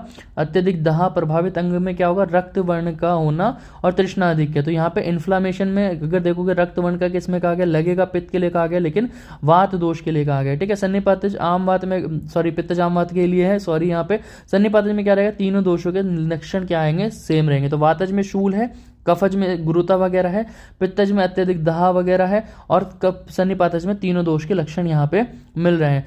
अब नेक्स्ट हमारा क्या है? मैंने बताया 2 टाइप और हैं, आशुकारी और क्या है? जीर्ण या चीरकारी आम वात। तो आशुकारी जो है एक्यूट अगर कंडीशन है तो क्या रहेगा? हाथ, पैर, सिर, गुल्फ वगैरह में वेदना, शोथ रहेगा।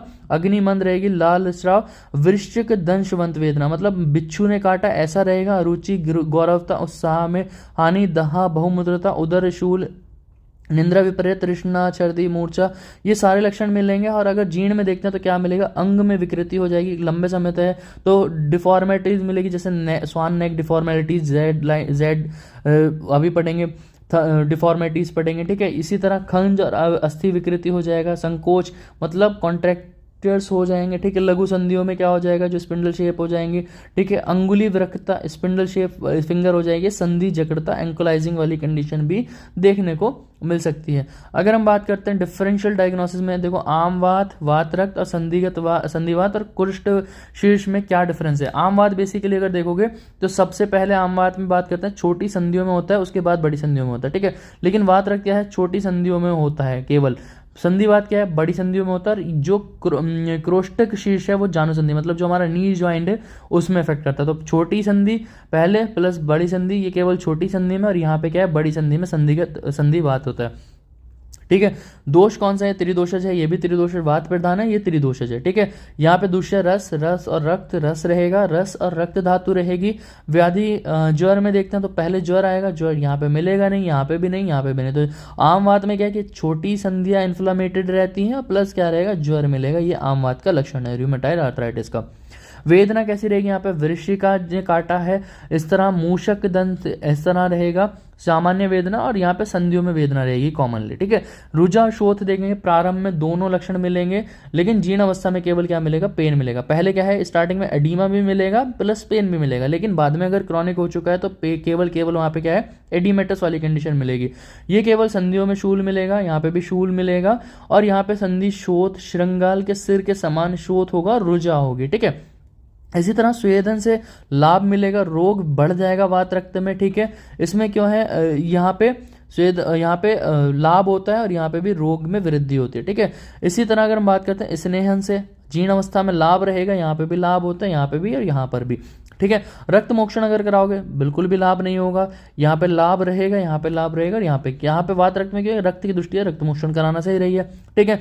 हृदय रोग में हृदय गौरवता मिलेगी, यहाँ पर नहीं मिलेगी तीनों में, बल्कि यहाँ पे क्या है, हृदय में गौरवता मिलेगी, ठीक है। साध्य साध्यता की अगर हम बात करते हैं तो अगर नया आम वात है, एक दोषज है तो साध्य है, द्विदोषज यहाँ पे, और अगर सन्निपातज है पूरे शरीर की संधि में उत्पन्न हो चुका है, शोथ वगैरह हो चुका है, तो कृसाध्य रहेगा। उपद्रव क्या रहेगा, गति का नाश हो सकता है, मतलब जो तुम्हारा मोमेंट है वो ऑब्स्ट्रक्टेड हो चुका है और हो सकता है, ठीक है। इसी तरह स्थायी जो भी एक पर्टिकुलर, जैसे जेड लाइन डिफॉर्मिटीज की बात करेंगे, या फिर तुम्हारा जो फिंगर है मैलेट फिंगर की कंडीशन बन गई, तो वहां पे विकृति उत्पन्न हो जाएगी, ठीक है। स्तब्धता रहेगी, निंद्रा नाश रहेगा, और हृदय के विकार उत्पन्न होने की कंडीशन देखने को मिल सकती है। अब बेसिकली बात करते हैं कि चिकित्सा सिद्धांत क्या है, प्रिंसिपल क्या है। लंघन करा सकते हो आप पेशेंट को, स्वेदन करा सकते हो, बस्ती दे सकते हो, विरेचन करा सकते हो, कटु और तिक्त द्रव्यों का दीपन करा सकते हो, स्वेदन कराते हो। हमारा प्रिंसिपल का ट्रीटमेंट है आचार्य चरक वगैरह के अकॉर्डिंग, ठीक है। लेकिन अब हम बात करते हैं पूरी प्रॉपर तरीके से संशोधन वगैरह किसके कराएंगे, लंघन पाचन के लिए पंचकोल चूर्ण, अजमोदा चूर्ण वगैरह दे सकते हैं। स्नेहन के लिए आम वात की जीर्ण अवस्था में ही स्नेहन कराना है, किससे कराएंगे, सेंधव तेल, प्रसारणी तेल, बृहत सेंधव तेल वगैरह से करा सकते हैं। स्वेदन किससे कराएंगे, अगर नया आम वात है तो सामावस्था में बालू का स्वेदन कराना है, सेंधव लवण वगैरह देना है। जीर्ण आम वात है तो पत्र पिंड स्वेद, षष्टिकशाली वगैरह पिंड स्वेद दे सकते हो। विरेचन किससे कराना है, हरित की चूर्ण, एरंड तेल वगैरह से विरेचन करा सकते हो। बस्ती किसको दोगे, अनुवासन बस्ती किससे देनी है, सेंधव तेल, नारायण तेल वगैरह दे सकते हो। आस्थापन देनी है तो एरंड मूल वगैरह का वहां पे यूज कर सकते हो, ठीक है। प्राकृतिक चिकित्सा आतप स्नान कराना है, कटी स्नान, उष्ण मृतिका मर्दन वगैरह कराना है, योग आसन वगैरह कराना है, जैसे सूर्य नमस्कार, वज्रासन वगैरह करा सकते हो। अब मेन बात आती है हमारी, जो हमारी चिकित्सा है वो है हमारी संशमन चिकित्सा। क्या बेसिकली ट्रीटमेंट दोगे, तो अगर रस में देखते हैं तो आम वात, अतिसार, मलल, सिंदूर, मकर दोष, सम्मीर, पन्नाग वात, गंजांकुश रस, योगेंद्र रस, गोदंती, श्रृंग भस्म, ये रस या पिष्टी वगैरह दे सकते हो 125 से 250 mg। किसके साथ, मधु ये के साथ दे सकते हो। वटी की बात करते हैं, कौन कौन सी दे सकते हो, चित्रकारी वटी, अग्नितुंडी वटी वगैरह, अग्नि बढ़ाने के लिए चंद्रप्रभा वटी। ये मतलब क्या है, अग्नि पे जितनी भी बढ़ाने वाली वटी हैं वो सारी तुम यहाँ पे लिख सकते हो, 250 से 500 mg रहेगा, ठीक है। गुग्गुल दे सकते हो क्योंकि अग्नि को बढ़ाना है, सिंगा दिया, योगराज गुग्गुल वगैरह दे सकते हो। लोह में त्रिफला, पंचांग रस लोह, विडंग आसव या नव आसव लोह वगैरह दे सकते हो, जिनका 125 से 250 रहेगा। चूर्ण कौन सी दोगे, वही अजमोदा वगैरह दोगे, पंचकोल वगैरह दोगे, त्रिकटु दोगे, शुंठी वगैरह चूर्ण दोगे। क्वाथ में क्या सकते हो, रासना, पंचक क्वाथ वगैरह, धान्य क्वाथ वगैरह, ये सब क्वाथ दे सकते हो 20 से 40 ml सॉरी। आसव अरिष्ट दे सकते हो 20 से 40 ml, जैसे पुनर्नवा अरिष्ट है, अश्वगंधा अरिष्ट है, अभय अरिष्ट, दर्श अरिष्ट वगैरह। घृत दे सकते हो कांजी षटपल घृत, श्रृंगवेर घृत, अमृता शुंठी घृत। तेल गोदूध के साथ कोषण करके देना है अनुपान में, ठीक है। 10 से 20 कौन सा तेल दे सकते हो, सिंधावाद्य तेल, दिव्यपंच मूल आदि तेल, परसारणी आदि तेल, एरंड तेल, रसोन तेल। तो यहाँ पे जो भी तुम्हें छोटे छोटे एक दो चीज़ें याद करने चलना है, जैसे रस से कुछ याद कर लिया, बटी भस्म गुग्गुल वगैरह से, तो एक दो चीज़ें याद करते हुए हमें चलना है। अब मैं आपको बता दूं कि ये जो नोट्स है और इस नोट्स की पीडीएफ का कहाँ पे मिलेगी। पीडीएफ तो आपको मेरे टेलीग्राम चैनल पे मिल जाएगी, ठीक है। लेकिन इसका जो नोट्स का जो पासवर्ड रहेगा पीडीएफ का, वो रहेगा SAZID, साजिद। मेरा नाम नहीं है, ठीक है, लेकिन बस ये साजिद नाम से क्या रहेगा, SAZI नाम से आपको पीडीएफ मिल जाएगी। आप इस पीडीएफ को डाउनलोड करके एक्सेस कर पाओगे, लेकिन आपको पासवर्ड ये डालना होगा। अगर यहाँ तक लेक्चर में बने तो कॉन्ग्रेचुलेशन, आपको इस पीडीएफ पूरी मिल चुकी है, ठीक है। पाक वगैरह क्या करा सकते हो, एरंड पाक वगैरह, रसोन पाक वगैरह दे सकते हो। एकल औषधि में रासना, गुड़ुची, कुचला वगैरह, इन सब का सेवन करा सकते हो। पथ्य की अगर बात करते हैं, क्या पथ्य रहेगा, आहार में परवल, केरल पंचकोल, ये सब दे सकते हो। बतवा वगैरह, षष्टिशाली वगैरह दे सकते हो। विहार में क्या रहेगा, रुक्ष, स्वेदन, लंघन, स्नेहन, बस्ती कर्म वगैरह करा सकते हो। अपथ्य क्या है, जो भी विरुद्ध भोजन है, असाध्य भोजन है, दही, मत्स्य, गुण वगैरह है, या हम कह सकते हैं जितना भी गुरु आहार है वो सब वर्जित है। विहार में दूषित जल, पूर्वी वायु, वर्षा ऋतु वगैरह, वेग विदारण, चिंता, शोक, ये सब क्या है, रात्रि जागरण वगैरह, ये विहार वर्जित बताए गए हैं। तो यहाँ पे ये कंप्लीट होता है हमारा आम बात। आई होप आपको यहाँ तक आम बात में समझ में आया होगा। चिकित्सा चैप्टर 6 में अब हमारी नेक्स्ट डिजीज है रूमेटॉइड आर्थराइटिस। रूमेटॉइड आर्थराइटिस में अगर बात करते हैं बेसिकली, तो रूमेटॉइड आर्थराइटिस कैसे है, सबसे पहले अगर बात की जाए तो ये एक ऑटो इम्यून डिसऑर्डर है, जिसमें अगर हम बात करते हैं जो हमारा इम्यून सिस्टम है वो आइडेंटिफाई नहीं कर पाता है अपने सेल्स को, और वो क्या करता है, उसको अटैक करने लगता है। और बेसिकली ये हम अगर देखते हैं तो जो हमारा साइनोवियल फ्लूइड है उसके ज़्यादा इफेक्ट करता है। अगर हम देखते हैं तो यहाँ पे क्या मिलेगा, इन्फ्लामेटरी साइनोवाइटिस मिलेगा। ऐसा नहीं है कि अदर ऑर्गन्स को इफेक्ट नहीं करता, ये अदर ऑर्गन को भी इफेक्ट करता है, लेकिन मेनली क्या मिलेगा, जो तुम्हारा साइनोवियल जॉइंट है या साइनोवियल फ्लूइड है, तो वहाँ पे ये कंडीशन ज़्यादा देखने को मिलती है, ठीक है। और इसमें क्या मिलेगा कि इन्फ्लामेटरी साइनोवाइटिस की कंडीशन देखने को मिलेगी। तो अगर हम बात करते हैं रूमेटॉइड आर्थराइटिस के बारे में, एक ऑटो इम्यून डिसऑर्डर है जिसमें इम्यून सिस्टम क्या नहीं कर पाता, आइडेंटिफाई नहीं कर पाता है साइनोवियल मेम्ब्रेन को, और उसको फॉरेन की तरह ट्रीट करके उसको अटैक करता है, जिसकी वजह से क्या होगा कि रूमेटॉइड आर्थराइटिस क्या एक क्रॉनिक इन्फ्लामेटरी डिसऑर्डर है जो अफेक्ट करता है मैनी टिश्यूज या ऑर्गन को, लेकिन मेनली किसको अफेक्ट करता है, साइनोवियल मेम्ब्रेन को अफेक्ट करता है। और इसमें इसी को हम क्या कह सकते हैं कि जो इन्फ्लामेटरी कंडीशन है कॉज कराता है किसके अंदर, साइनोवियल मेम्ब्रेन के, जिसको हम कह सकते हैं इन्फ्लामेटरी साइनोवाइटिस का नाम दे सकते हैं, ठीक है। ये हो गया इसके डेफिनेशन। अब सबसे पहले हम बात करेंगे यहाँ पे पैथोफिजियोलॉजी ऑफ रूमेटॉइड आर्थराइटिस। मान लो कोई एक एंटीजन आया, ठीक है, तो टी लिम्फोसाइट क्या करते हैं, बाइंड करते हैं एंटीजन वगैरह से, और बी लिम्फोसाइट क्या करते हैं, एक्टिवेट हो जाते हैं और आईजीएम एंटीबॉडी बनती है। फिर क्या होता है, एंटीबॉडी एंटीजन रिएक्शन होता है और इम्यून कॉम्प्लेक्स बन जाता है, ठीक है। तो इस तरह से कंडीशन होती है। अब ये क्या होगा, मान लो एंटीजन यहाँ पे क्या है, इसको एंटीजन माना किसी ने अपने बॉडी, इसने साइनोवियल मेम्ब्रेन को ही एंटीजन माना, तो एंटीजन मान के क्या किया, टी लिम्फोसाइट रिलीज हो गए, बी सेल को एक्टिवेट किया, एंटीजन एंटीबॉडी रिएक्शन बना और इम्यून सिस्टम का कॉम्प्लेक्स बन गया। लास्ट में जैसे इम्यून सिस्टम का कॉम्प्लेक्स बनेगा तो वहाँ से इन्फ्लामेटरी केमिकल्स रिलीज होंगे जो इन्फ्लामेटरी सेल्स से रिलीज किए जाएंगे, ठीक है। जैसे इन्फ्लामेटरी सेल से ये केमिकल रिलीज होंगे तो वो डैमेज करेंगे हमारी साइनोवियल कैविटी को, और जब साइनोवियल कैविटी होगा, कैविटी को डैमेज करेंगे तो डिस्ट्रक्शन होगा हमारे कार्टिलेजेस वगैरह का, जिसके से क्या होगा कि स्वेलिंग वगैरह मिलेगी हमें साइनोवियल मेम्ब्रेन में, और साथ में पेन मिलेगा हमारे जॉइंट्स के अराउंड, और इसी को हम क्या कहेंगे, रूमेटॉइड आर्थराइटिस का नाम देंगे। तो ये हमारी छोटी सी एक पैथोफिजियोलॉजी है कि अपनी बॉडी के सेल्स को आइडेंटिफाई नहीं कर पाया और उसने क्या किया, एंटीबॉडी एंटीजन कॉम्प्लेक्स बनाया, इम्यून कॉम्प्लेक्स बनाया, उसके बाद इन्फ्लामेशन हुआ हमारा साइनोवियल कैविटी वगैरह का, उसकी वजह से क्या होगा कि जो डिस्ट्रक्शन है, डिस्ट्रक्शन और साइनोवियल मेम्ब्रेन में क्या होगा, वहाँ पे स्वेलिंग हो जाएगी, पेन वगैरह मिलेगा, और इसी को हम क्या कहेंगे, रूमेटॉइड आर्थराइटिस का नाम देंगे। तो कॉज क्या रहेगा, सबसे पहले इडियोपैथिक मतलब अननोन कॉज है, और बेसिकली अगर देखते हैं तो अगर किसी का पॉजिटिव फैमिली हिस्ट्री है तो उसमें देखने को मिल सकता है स्मोकिंग, बैक्टीरिया या फंगल इन्फेक्शन हो सकता है, HSV यानी कि हर्पिस सिंपल वायरस हो सकता है, vitamin D deficiency, Epstein Barr virus के इसके कॉजेज हो सकते हैं। ठीक है,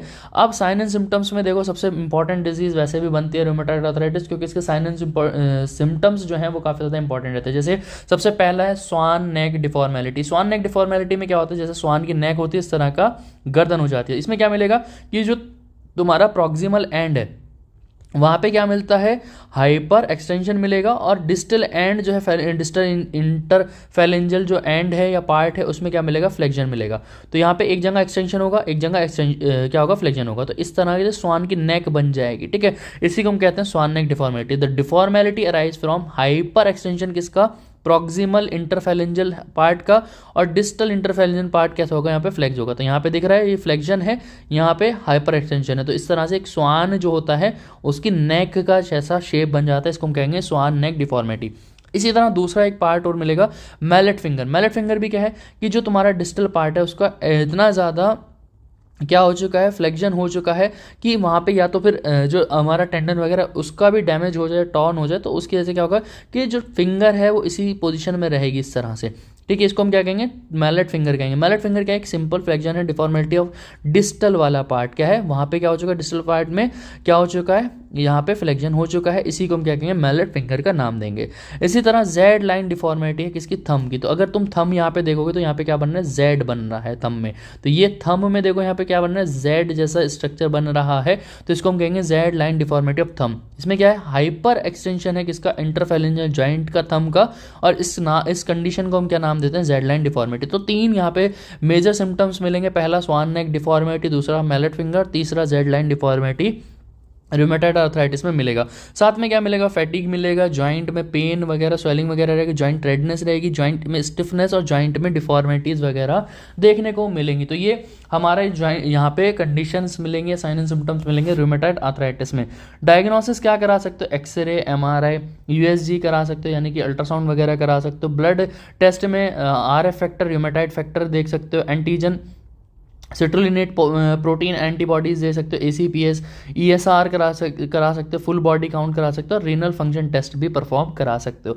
ठीक है, इसी तरह मैनेजमेंट क्या करना है, सैलिसाइलेट, एसिटाइलेट वगैरह जैसे एस्पिरिन को यूज़ कर सकते हो, एनसेड्स में जैसे एटोडोलेक यूज़ कर सकते हो। ठीक है, लोडीन, इसी तरह डाइक्लोफिनेक यूज़ कर सकते हो, फिर प्रोफेन यूज़ कर सकते हो। तो यहाँ पे एनसेट्स, यानी कि एनसेट्स क्या है, non steroidal anti inflammatory drugs, मतलब जो इन्फ्लेमेशन को कम करेंगी वो ड्रग्स यूज़ कर सकते हो।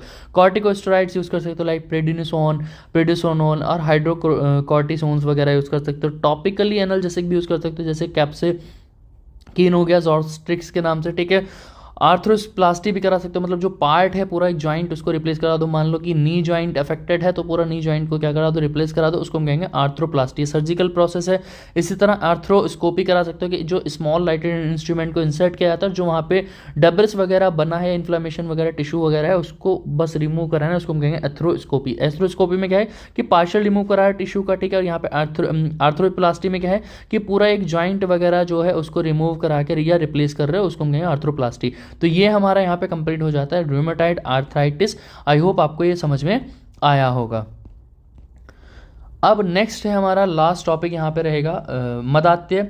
मदात्य की अगर बात करते हैं तो मदात्य क्या बेसिकली आचार्य शाडंगर जो कहते हैं कि वो क्या कहते हैं कि तमोगुण की प्रधानता के कारण जब बुद्धि का नष्ट हो जाता है, मद या मदात्य की उत्पत्ति करते हैं, उसे मध्यकारी या मादक द्रव्य कहते हैं। तो द्रव्य के बारे में क्या है, मादक द्रव्य क्या है, जो क्या करता है, तम गुण की उत्पत्ति कराता है, या क्या करता है, मद उत्पन्न करता है, नशा उत्पन्न करता है, उसको हम कहते हैं मदात्य कहते हैं, या मध्यकारी या मादक द्रव्य कहते हैं। मद और विष दोनों में क्या करते हैं, ओज को के विपरीत गुण वाले होते हैं, और यही क्या करते हैं, ओज 6 ही क्या है, मदात्य का प्रधान कारण है, आचार्य चरक ने माना है। तो ये इंपॉर्टेंट MCQ का पॉइंट हो जाएगा कि ओज 6 मदात्य का प्रधान कारण क्या है, तो क्या है, ओजछय है। ठीक है, आचार्य चरक ने भी वर्णन किया, आचार्य सुश्रुत ने अष्टांग हृदय माधव निदान में भी वर्णन मिलता है। और आचार्य सुश्रुत ने मध्य की 3 अवस्थाएं बताई हैं, ये इंपॉर्टेंट पॉइंट रहेगा। और मध्य सेवन से उत्पन्न क्या है, 4 प्रकार के रोग का वर्णन किया है। तो 3 अवस्थाएं, 4 प्रकार के रोग बताए। अब मध्य के गुण पता है, आचार्य चरक ने कितने बताए, 10 बताए, आचार्य सुश्रुत ने 8 बताए। कौन कौन से, आचार्य चरक ने क्या कहा, लघु, उष्ण, तीक्ष्ण, सूक्ष्म, अम्ल, वैवाई, आशु, रुक्ष, विकास और विशद। और यहाँ पे आचार्य सुश्रुत ने क्या कहा है, उष्ण, तीक्ष्ण, सूक्ष्म, विशद, रुक्ष, आशुकारी, व्यवहारी और विकासी। ठीक है, ये हमारे पास आचार्य सुश्रुत ने 8 गुण माने। ठीक है, निरुक्ति क्या है, मदातिथि इति मदा मदिहर्ष, ये सबके यहाँ पे निरुक्ति दी है, जिसके द्वारा क्या है, मनुष्य का शारीरिक और मानसिक विनाश हो जाए, उसको हम कहते हैं मदात्य कहते हैं। मदात्य के पर्याय क्या है, मध्य, मदात्य, पनात्य, परमद, पानाजीन और पान विभ्रंश के नाम से मिल जाएगा। ठीक है, इसके सारे सिनोनिम्स रहेंगे। सामान्य निदान क्या है, शारीरिक हमारे निदान या फिर व्यवहारिक निदान या मानसिक निदान क्या रहेंगे, अविधि पूर्वक या निर्जल मद्यपान किया है, बिना पानी मिलाए, मात्रा से अधिक या अहित प्रकृति वाला मद्यपान किया है, निरात्र कोष्ठ में, ठीक है, या शुद्धा की अवस्था में मद्यपान, मतलब भूखा ही है उसमें मद्यपान किया है, प्रतितांशन तथा अजीर्ण अवस्था में मद्यपान किया है, परमिताशन। ठीक है, परमिताशन मतलब अमिथ्यकर आहार विहार की, कृष व्यक्ति मद्यपान कर रहा है, वेग अवरोध धारण करके क्या कर रहा है, मद्यपान कर रहा है, उष्ण ग्रीष्म ऋतु है, व्यायाम वगैरह है, भार वगैरह उस टाइम पे मद्यपान कर रहा है, पित्त प्रकृति का है वो मद्यपान कर रहा है, तो मदात्य रोग की उत्पत्ति बताएगी। भय, क्रोध, शोक, अल्प सत्व वाला अगर मन क्या कर रहा है, मानसिक निदान से पीड़ित है और वो मद्य का सेवन कर रहा है, तो भी मदात्य रोग की उत्पत्ति होगी। अब मदात्य के केस बेसिकली कितने, 3 यहाँ पे भेद माने, कौन कौन से, वातज मदात्य, वातज मदात्य में क्या रहेगा, बेसिकली शोक भय से कृष्ण होने पर मद्य अगर सेवन करेगा तो ये निदान रहेगा। अति भार वहन कर रहा है या अति व्यायाम वगैरह कर रहा है उससे होगा मदात्य। ठीक है, वातज मदात्य के कारण रहेंगे। रुक्ष या अल्प भोजन कर रहा है उसके बाद सेवन कर रहा है मद्य का, परमित आसन वगैरह है तो क्या कर रहा है, वातज मदात्य के यहाँ पे निदान रहेगा। इसी तरह पित्तज मदात्य के निदान रहेंगे, तीक्ष्ण अम्ल मद्य का सेवन कर रहा है, अम्ल रस का, तीक्ष्ण उष्ण आहार विहार का सेवन कर रहा है, अग्नि वगैरह का, तो क्रोध वगैरह का, तो वो पित्तज मदात्य के कारण रहेंगे। इसी तरह कफद मदात्य के क्या कारण रहेंगे, अव्यवाय वगैरह का सेवन कर रहा है, दीवा स्वप्न वगैरह कर रहा है, सुख दिन भर सो रहा है, वो सारे कारण यहाँ पे त्रिदोषज जो प्रकोप करने वाले हैं वो सारे कारण रहेंगे। संप्राप्ति अगर बात करते हैं तो अगर किसी ने विधि या विपरीत अति मात्रा में मद वगैरह सेवन किया, मतलब निदान सेवन किया, तो त्रिदोष कुपित हो जाएंगे और ओज के 10 गुण जो है उसका क्रमशः ह्रास होगा, रस, रक्त और संज्ञा व स्रोतसों में जाएंगे, मन में क्या करेंगे, शोभ उत्पन्न करेंगे, संज्ञा का नाश हो जाएगा और मद की उत्पत्ति हो जाएगी। यहाँ पे हमारे पास संप्राप्ति इसकी बताई गई है। संप्राप्ति घटक की अगर बात करते हैं, त्रिदोषज व्याधि है। ठीक है, धातु कौन सा, रस, रक्त और संज्ञा जो है या बुद्धि है उसको नाश करता है। धातु के मल, कफ और पित्त रहेंगे, अधिष्ठान हृदय रहेगा, आम की अग्नि की वजह से उत्पन्न होता है संचार, संज्ञा व स्रोतसों में संचार करता है, जठर अग्नि की विबंधता रहेगी, हृदय और मस्तिष्क में इसका व्यक्त स्थान बताया गया। अगर हम स्रोत दृष्टि की बात करते हैं, संग मिलेगा मतलब ऑब्स्ट्रक्शन मिलेगा। साध्य साध्यता की बात करते हैं तो कृत साध्य व्याधि रहेगी। ठीक है, स्रोतस कौन से, रस व रक्त व और संज्ञा व स्रोतसों को अफेक्ट करता है। रोग मार्ग अगर बात करते हैं तो आभ्यंतर रहेगा। ठीक है, अब भेद कौन से हैं, भेद यहाँ पे क्या है, 4 प्रमुख बताए गए यहाँ पे, मदात्य, परमद और पानाजीन और पान विभ्रंश। ठीक है, मदात्य में वातज, पित्तज, कफज और त्रिदोषज है। ठीक है, ये भेद यहाँ पे 4 है।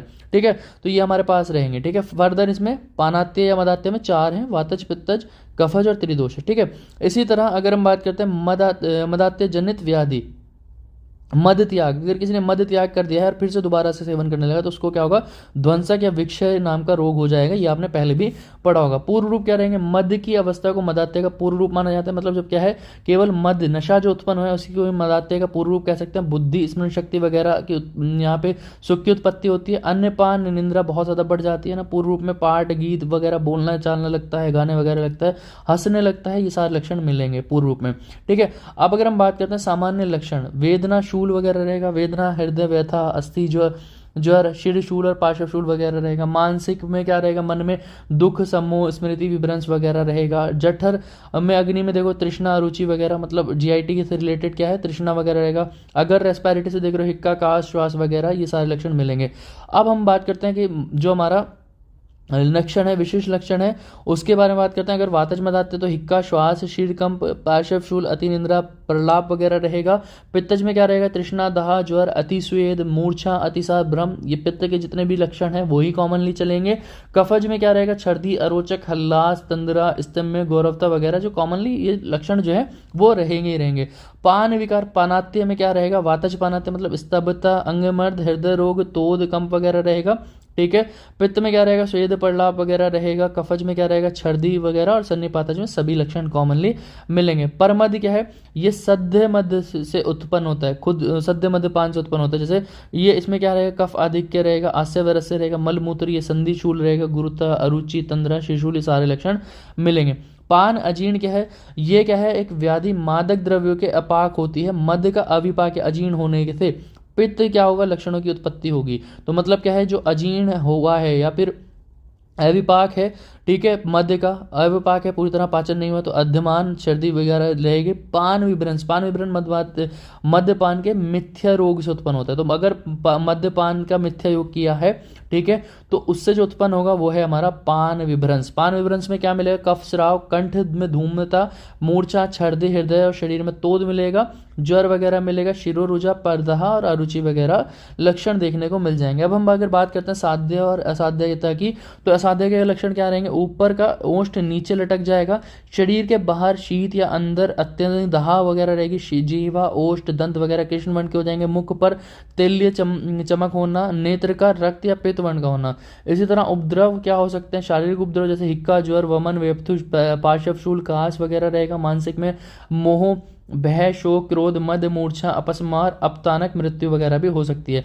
अब अगर हम बात करते हैं यहाँ पे चिकित्सा सूत्र के बारे में, तो चिकित्सा सूत्र क्या रहेगा? सबसे पहले दोष प्रधानता की अगर बात करते हैं कि मदात्य में जितने भी दोष त्रिदोष होते हैं और जिस दोष के लक्षण ज्यादा हो सबसे पहले उसकी चिकित्सा करनी है। तो दोष प्रधानता चिकित्सा करनी है, मतलब अगर कफज लक्षण दें तो कफ दोष की पहले चिकित्सा करनी है, वातज है तो वात दोष की इस तरह से चिकित्सा करनी है। कफ स्थान पूर्वयो चिकित्सा मतलब जब मदात्य की तीनों की सम अवस्था हो, मान लो ये तो मान लो यहाँ पे वात बढ़ा था तो वात की, कफ बढ़ा था तो कफ की, या पित्त बढ़ा था तो पित्त की। लेकिन अगर तीनों अवस्था समान है, वात, पित्त, कफ की, तो हमें क्या करना है? सबसे पहले कफ दोष की चिकित्सा करनी है, उसके बाद पित्त की और उसके बाद वात की चिकित्सा करनी है। ये रूल बताया गया। हेतु विपरीत अर्थकारी चिकित्सा करनी है। अगर आम की वजह से अजीर्ण होने पर हुआ है तो रोगी के लिए हितकर मध्य का पान कराना चाहिए ना। अगर अजीर्ण मदाते हैं तो इसको कहा गया हेतु के विपरीत करा रहे हैं ना, हेतु विपरीत अर्थकारी। ठीक है। मध्य का प्रयोग करना चाहिए, जैसे तीक्ष्ण उष्ण मध्य से उत्पन्न क्षार रस के शमन के लिए मध्य का ही प्रयोग करना चाहिए, क्योंकि मध्य अम्ल रस होने से क्षार शीघ्र ही मधुर बन जाता है। ठीक है। अब यहाँ पे विशिष्ट कैसा बताइए कि वातज अगर मदाते हैं उसमें क्या करेंगे, पित्तज कफज में क्या करेंगे। आहार अगर देखोगे वातज में तो चावल के आटे से बनी मद में बिजोरा, नींबू, जीरा, शुंठी, सेंधा मिलाकर क्या करें, पक्षी, तीतर और मृग का मांस वगैरह का ये चावल सेवन कराना है। कर्म में क्या करा? अभ्यंग, उपटन, उष्ण स्नान, गुरु प्रावण, उष्ण शयन आग्रह। ठीक है, ये करा सकते हो। पथ्य में क्या दोगे? स्निग्ध, उष्ण, लवण, अम्ल वगैरह भोजन का सेवन करा सकते हो। पित्तज में क्या कराओगे? वमन करा सकते हो ताकि कफ पित्त बाहर निकल जाए। ठीक है। द्राक्षा रस या सत्य जल से करा सकते हो। तृष्णा शमन के लिए अनुशर्त मतलब थोड़ी थोड़ी मात्रा में जल मिश्रित मध्य का पान कराना है।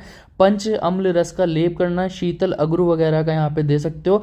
कफज चिकित्सा में क्या करना है? दीपन कराना है। पंचकोल चूर्ण से लंघन व्यायाम वगैरह करा सकते हो। आहार में यव गेदूम वगैरह दे सकते हो। औषध में क्या दोगे? सुगंध बल्ला, प्रश्न पढ़ने वगैरह का क्या कर सकते हो? उनको सिद्ध करके जल को सिद्ध करके दे सकते हो। ठीक है। अष्टांग लवण का यूज करा सकते हो। ठीक है। औषध योग क्या है? संशोधन चिकित्सा में क्या कराना है? सबसे पहले वमन, विरेचन, बस्ती वगैरह दे सकते हो। अगर दूध सेवन करा सकते हो मध्य शमन न होने पर बल हेतु। ठीक है। तो बल के बढ़ाने के लिए दूध का सेवन करा सकते हो। अब भस्म वगैरह क्या देंगे? जो हमारा संशमन चिकित्सा है वो क्या है? रस में क्या दे सकते हो? कज्जली रस, रजावृत रस, भृतवात, चिंतामणि रस, मुक्ता, पिष्टी, स्वर्ण माक्षिक भस्म और उन्माद गंजांकुश रस दे सकते हो। कितना मात्रा है? 125 से 250 mg दोगे। किसके साथ? मधु, घृत और शर्करा के साथ। वटी दे सकते हो 250 से 500 mg जल के साथ दोगे। कौन कौन सी? अर्क वटी, महाकल्याणक वटी, एलादि, मोदक, सोरचल व पाक वटी वगैरह दे सकते हो। चूर्ण दे सकते हो 2 से 5 ग्राम। 2 से कौन सी? अनुपान जल मध्य के साथ दे सकते हो। ठीक है। अब क्या है? अष्टांग लवण दे सकते हो। चव्यादि चूर्ण दे सकते हो। त्रिकटो चूर्ण दे सकते हो। सर्पगंधा चूर्ण, फलात्रिकादि चूर्ण या धातु पौष्टिक चूर्ण का सेवन करा सकते हो। आसव या रिश दे सकते हो 20 से 40 ml जल के साथ। कौन सा? द्राक्षा आसव, चंदन आसव, श्रीखंड आसव, पुनर्वाद घृत वगैरह दे सकते हो और कल्याण घृत वगैरह को सेवन करा सकते हो। तो ये यहाँ पे हमारा कंप्लीट हो जाता है चैप्टर नंबर 6 हमारा काय चिकित्सा का। और मैंने जितना भी यहाँ पे था वो एक पूरे 1 शॉट में कवर किया है। आई होप आप लोगों को बहुत अच्छे से समझ में आया होगा। अगर बहुत अच्छे से समझ में आया तो चैनल को सब्सक्राइब कर देना और कमेंट करना मत भूलना। नेक्स्ट वीडियो के लिए मिलते हैं नेक्स्ट वीडियो में, तब तक के लिए गुड बाय।